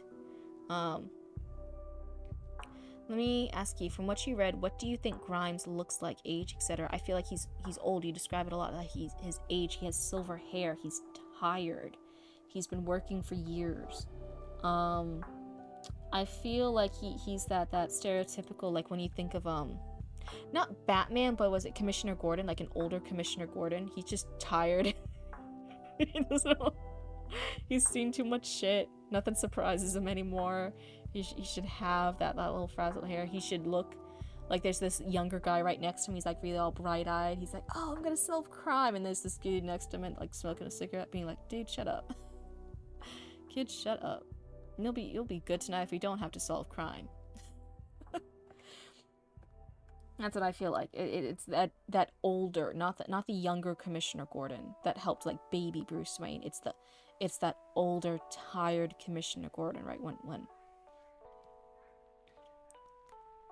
I read like 18 pages of Aragon and didn't finish because I finally experienced finding the egg, and okay, this should feel more reward. You thought there'd be a huge reward with the starting? The starting is that he finds the egg, right? That's just the beginning. I think the reward's later when he has like a dragon and like everyone tries to kill him and then he survives. That's the rewarding shit. The beginning part is just like, oh shit, there's like this egg thing. I don't know what the fuck it is. He doesn't know what it is either. I don't know. You can like whatever you like and you can not like whatever you don't like. But I'm just saying. you know it's this great epic thing. That's this dragon egg, and that should be rewarding.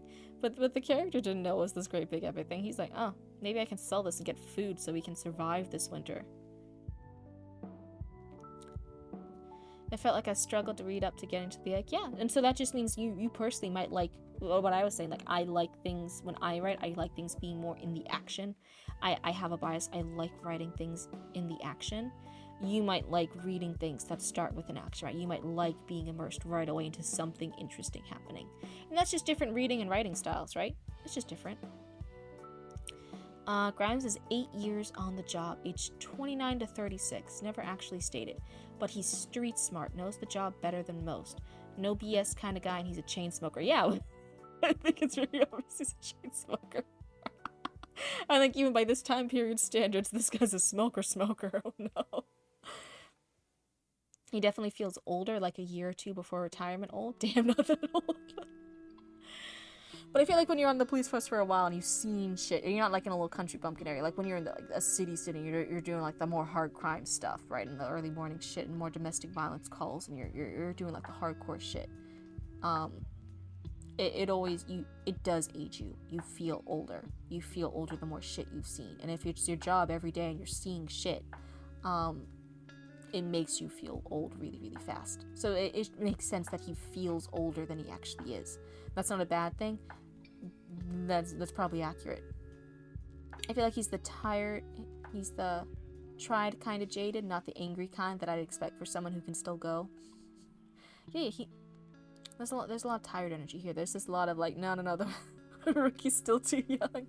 But yeah, I really like the dynamic. I almost feel, since you said the Luke Waters is chattering a lot to fill the silence, I almost feel like I should have read more of him chattering. We only get a little bit. So he says, never seen this dead, feels like the whole damn city's asleep. And then you always talk like that. And then randomly says, guess I got a lot to learn. It's silent for a while. And then he mentions, oh, my fiance says I should put in for the day shift. Says this place looks different in the sunlight. He grins at him. He really doesn't talk a lot for saying that, oh, he was like chattering. This guy was like chattering for hours. When Grimes is just over here trying to chillax for a bit. Chapter 1 does go down some 18+ content, not like spicy, but like murder, like murder. Okay, so do you think there needs to be a warning in the book for that? Oh, jeez, I want to know. I feel like if the book is a murder mystery, a detective murder mystery thriller, right? I feel like people that know there's going to be murder in the book, right? If you're reading a murder mystery book, you know there's going to be murder, right? I feel like that's what I feel like. Do you need to warn for that? Like, I don't know. I'll relate to the other people in chat. I don't know. Maybe Harrison Ford or Paul Giamatti or Tommy Lee Jones as law characters. Oh. Mystery braces audience just by where the boom gets put on shelves. Just by where the book gets placed on shelves? Is that it? But yeah, I feel like I could have almost done... Again, there's a lot of description, and I feel like there could have been more character interactions put in between the description. And some of those descriptions, if you're wondering, like, oh, what descriptions could I put? You could put some of this chatter. This little fresh-faced newbies do it. It's a lot different than the 10th mark, which is the aftermath of murder, whereas this book has straight up the scenes are actively the murders are happening. The murders are happening on the page. You are there. I don't know. I might ask maybe more people experienced with putting warnings and content warnings and stuff than I'm not experienced in that, you know. I just you guys come into my stream, and if we're talking about people decomposing alive actively on screen, that's what we're talking about for that day. You know, that's what we're talking about. Maybe I should put more warnings. You get back to me on that. Let me know if I should be putting more warnings in stream when we're talking about people getting murdered and butchered and chopping off their hands on stream. If you're asking if it needs a content label for me to read it, it doesn't. It's fine. But for you being a indie published author, what things do you need to be the professional indie publisher and get yourself all your ducks in a row? I wouldn't quite know. People decomposing like Mozart, Bach, and Chopin. Not that kind of composition, it's decomposition. In both the 10th mark and this book, you jump point of view. In the 10th mark, we jump to Deputy Crane, clearing a house in Chapter 7. In this book, Cinder, we jump to the killers in Chapter 19, as he kills 2 people. Imposition. Okay. Man, I would even almost wonder, like, could you... Maybe this is just my bias. I haven't fully read it yet. I haven't gotten to that part yet. I almost wonder, could you jump to the killer's point of view earlier? Could we have... Not even, like, different murders. Could we have, like, even different murders earlier? You know, I think if you're already at that level where it's in the book, that you're in the point of view of the serial killer during the murders, like, yeah, lean into it a bit. Show us some different parts right away. Like, no, this is what you're getting into. Like, Chapter 2, Chapter 3, we are now in the killer's point of view. They're gonna be dead. Spencer the Frostback. Hello. So nice of you to tune right in when I'm talking about murders. Spencer has arrived. We've made it. Hi, Spencer. It's so good to have you. Welcome in. But Man, why is everyone always tuned when I'm saying crazy shit? Is that the streamer life? But yeah, I feel so summarized the two critiques. I think the characters need to be mentioned earlier to get us in that setting of what the characters are. So Grimes, I think, needs to be from somewhere in the beginning, and it's from his perspective we're getting all your cool details. And I feel like Luke Walters, he's not mentioned until the second page, but he's right there. Right? He's right there. It's kind of a little like, oh wait, there's another character here. I feel like it doesn't need to be in the very beginning, but somewhere on the first page, in the beginning half of the first page. Waters. Luke Waters. There we go. He needs to be mentioned here. That just gives us something of like, oh yeah, there are these two guys, a veteran, right, with a veteran cop with Detective Grimes, and then this rookie Waters, Luke Waters. They're here in this car. They're the ones experiencing all this. And then the descriptions for the second point, right? The descriptions are cool. They're just very, very long descriptions. I think they need to be broken up occasionally by the stuff that the characters are doing. Whether it's putting out their cigarettes, whether it's changing the radio dial, whether it's talking the chatter and he's like ignoring the chatter, right? Just whatever they're doing. Which I'm almost surprised that you don't have as much dialogue, that you don't have more of it, because you do very naturally. It is very good dialogue. It doesn't feel like it's awkward or forced. Normally, sometimes writers don't write a lot of dialogue if they struggle with it, if it's a very difficult thing. This doesn't feel like it's a struggle for you. It feels like you got their voices pretty well. I almost feel like maybe Luke Waters, like I said, the only thing I would say, he should chatter more. If Grimes is noticing this guy's chattering, he's a newbie and he chatters, make him an annoying little chatter, right? Give us the super cool, like, detailed stuff here in the settings and the stuff. And then, like, Luke Waters here is going to be like a little fresh-faced baby Robin. Like I said, this is like Commissioner Gordon, and this is like the dark detective noir type of genre. Have this little spunky kid just pop up and be like, right after his cool thing of the glow mixed with the red reflection of police lights miles away, painting the puddles red and blue. Sure is a quiet night. What do you do to pass the time? Like, have him pop up, and then like Grimes shuts him down, right? Grimes says something, and then continue with your cool details, and then have Waters pop back in. Oh, how often do we get food on here? Do you want me to get any lunch breaks? Do you want any dinner breaks? Have you eaten anything between the cigarettes, or is your dinner just 3 cigarettes an hour? I've been trying desperately just to pop back in. And then Grimes sets him down and continues with his cool brooding like Batman. Cinder has chapter 7, the first case. Wait, maybe I missed some stuff. Hold on. Are we any bit aware of the killer identity even being in that point of view? I don't know. We just got the first 3 pages. It was just a little intro to story time. Cinder has chapter 7, the first case, chapter 12, another body, chapter 16, the closed case, and chapter 19, Predator in the Hills. Those all have murder in them. Yes! I like when murder stuff has a lot of murder in it. That's consistency. I will look into adding more of it. So Luke Waters is a throwaway character, only put into Advanced Grimes' backstory. But I get what you're saying. I will look at adding more. Yeah, and again, if you're like, oh, I don't want to add more to Waters, right? He's a throwaway. I don't really care too much about him. Then it can even just be Grimes noticing stuff. Like Waters, in the next hour while he looked at the neon lights, Waters chatted about his wife, his dog, a cat he had in childhood, what water brand he liked.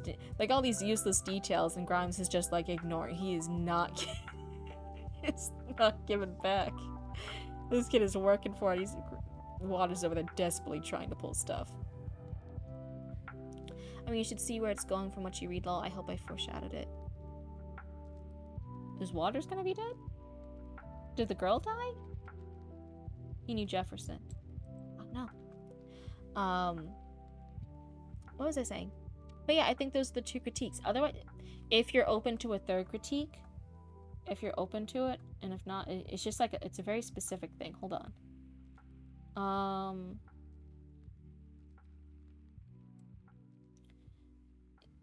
He flicked his cigarette ash into an old styrofoam cup. The ember hissed and went dark. So he still has that cigarette. He flicked the ash into the styrofoam cup. Let me read ahead a little bit here. Okay, he's still rolling the cigarette. I thought for some reason, I think when I first read it, I thought he put the whole cigarette into the styrofoam cup. He didn't. He just took the ash. He rolled the cigarette. That's still the same one. Let's see here. The city, da-da-da. He never learned the words too. He reached for another cigarette, thumb brushing the cardboard pack. And then here he stubs out his cigarette, reaching for it. So he has the first cigarette. He taps the ashes away. We don't quite hear what he does with the finished one. We just go into he grabs a new one, but then he stubs it out before it's finished.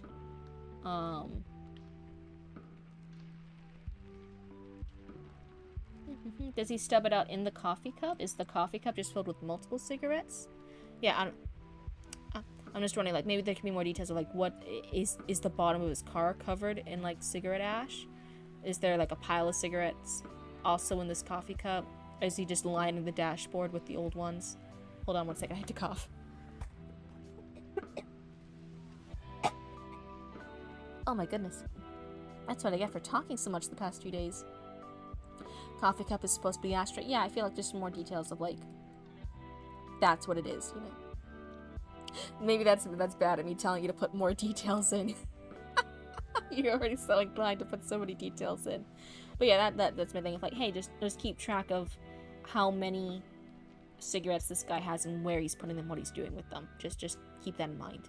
Whenever characters pick up stuff, it's just a hint for anybody. Whenever characters pick up stuff, if they ever put it down, if they ever do anything with it, you have to clarify. Sometimes people, when they're writing, have a character pick up or interact with something, and then they don't mention anything that happens, and then randomly, like a chapter later, 3 chapters later, whatever, the next page, it's mentioned, oh, and they took it out of their pocket, and the readers have a flash like, wait, what? Blank, blank, like, it was in their pocket? I thought we just put it down. Like, they'll make up something if you don't specify that the characters did with that object, and then when you go and actually mention it a while later, and it's not what the readers had assumed, it's like, wait, hold on, readjusting, blink, blink. So coffee cup's supposed to be an ashtray, and then he's supposed to grab another one. Yeah. You can even have, like, details, like, if you want more character interaction, right? That's the main thing. I think the details are cool, just more character interaction. After he does that, maybe even have Waters there being like, oh, that's a lot of cigarettes in the cup. Do you need an ashtray for the car? And Ground's just like, nope, the coffee cup's fine. Right? Like, there's more interactions with them. You know, more interaction with the characters. It helps you keep the cool details, but it just breaks them up a little bit. It makes it more readable for more of an audience. But yeah. Yeah, that's fine. What was I talking about again? Oh my goodness. But yeah, I think that's about it. For that story time, that was my 2 pieces of advice. Was mention the characters earlier, and we're seeing the details to them, and then more character interactions to break up the description. Thank you. You're very welcome, and thank you for submitting to Storytime. We had your works today, and we also had Shadow's work today. So thank you guys both for being so brave and submitting stuff for Storytime. Cats, what are you doing? What are you doing? I hear something. I don't have my glasses on. I can't see what you cats are doing, but I know you're doing something. I know it. I heard it. Oh, whatever. So, they're doing it again. I'll post more in the coming days of different chapters. That'll be exciting. So we're gonna get out of this for now. I'm just gonna go dark for you guys until I fix OBS. In capture, then this capture. Google Docs? Yeah. But otherwise, it is pretty early for cryptids. I don't know if Frozen Scarecrow is still in the chat or not, but it's pretty early for us here in Central Florida. It's almost 1:30 in the morning. I didn't get a lot of writing done today. I got one line done. Applauding. Hi, Ghost. I love you, Ghosty Roast. Don't jump on a keyboard. But it's really early in the morning, and I have to get up tomorrow. Author Relic, I called it. Just shut up. I was reading your stuff. I'm trying to be better at streaming earlier and sleeping properly, but it's a losing battle. We're all bad at this. Oh no. But anyway, since Frozen's here, now Frozen's gonna be able to mention. I should. Frozen's gonna be able to see it. I'm gonna try and do the raiding thing. I did a raid the other day. We had like 10 viewers, and I did a random raid. So I think we're gonna try and do another raid. I think I did it correctly yesterday. The person said I did. Cryptid, do you have a point of view or anything? I will send you a paperback copy of my book if you're okay with that. Point of view? Do you mean like a P.O. box? I don't have a P.O. box. Because there's like dangerous stuff that can happen with certain people doing that, so I don't have a public P.O. box. But yeah, if you want, oh my god, I'm blanking out. It's 1:30 in the morning. Yeah, if you want to email us, cryptidroots@gmail.com. I don't mind sending you a mailing address. That's fine. I just don't have a public P.O. box because some people are crazy on the internet. And they send you things, and they're crazy things in the boxes. And then they'll have like tracking devices in the boxes so they can like, follow you home. People on the internet are wild. So none of But geez, what I was saying, yeah, just email us. I'd love to read it. That'd be great. I'd love to see what all my raccoons are writing. Just share your full address to a room of strangers. What's the worst that could happen? Oh no. I'm saying, get that. I can also give you a free code for an ebook copy if you'd rather that to be more safe. I don't read ebooks too much, so now, if you're okay, I can also just buy the book. I'm fine buying books too. I don't want to make you give me free shit. But no, we'll talk later. Email me. Email me at the Cryptid Roots email. cryptidroots@gmail.com. We'll talk about it. Okay, all good. But otherwise, I think we're gonna get all ready for raid, but yeah. The worst thing that could happen, Frozen Scarecrow, being honest, is then I'm in the news for hurting a lot of people who show up to my door. Cause ain't nothing gonna happen to me. I'm very safe and secure. But I will definitely be in the news, and it will be a hassle going to trial to justify what I did to people who showed up to my door. Oh my goodness. Cryptid isn't just a name. It's a warning. Nah. That's why I'm not afraid of doxing. I will start blasting. Yeah. Same thing. And you know, some people are asking like, oh, Cryptid, since you're a VTuber, are you ever going to join like the VTuber agency stuff? And people were asking for me to join VTuber agencies already, which was crazy. I'm like, I'm just a baby Cryptid. I'm like 2 days old on Twitch. What are you doing? Anyway, I know a lot of them are scams, but anyway. And I was like, oh no, because a VTuber agency, like agencies like that, their only real benefit is for for doxing safety purposes. All your payments will go through them. Your mail will go for them. It's for like a safety link. They're that third party that everything goes through to help protect the identity of the streamer. And since we're tied, right, like I'm Cryptid, my siblings Roots, we're tied to Cryptid Roots, which is an official business. We are an official LLC. I sell merch. We sell merch. We make things and we sell it. We are official business for years. Like 5 or 6 years now? I don't even know. I think 5 years. There's no... There's no secrecy. I am a legally registered business under my name, right, for Florida. You can look up Cryptid Roots LLC. You can see who registered. You know who I am. You will see us at in-person events. You'll see us at markets under Cryptid Roots with our logo on it. You'll meet me. You'll meet Roots. You'll meet Mama Cryptid. Right, it's just the thing. We're going to Goblin Market soon in Central Florida. Like there's no assumption of privacy here. We're not anonymous streamers. I'm just a VTuber because I like the pretty model and I like the booba physics, and I don't have to put makeup on every time before I stream. The VTuber model is just convenient, but it's not a sense of privacy thing. There's no real fear of doxing, because we're not anonymous. I heard Cryptid is also part owned. Banned. I'm gonna start the raid now. Get out of here, Author Relic. We were having a good moment. Oh my goodness. Okay, so I click the raid button.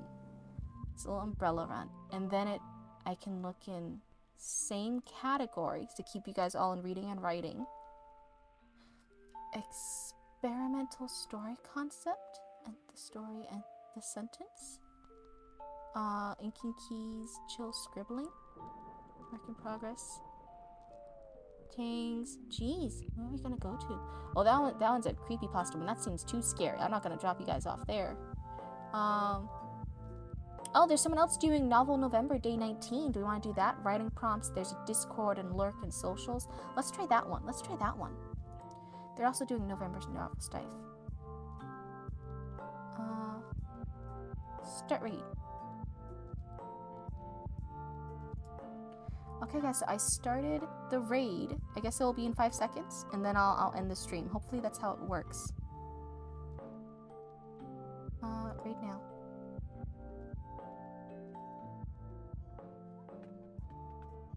Goodbye. Hopefully we're raiding. Hopefully that's how it works.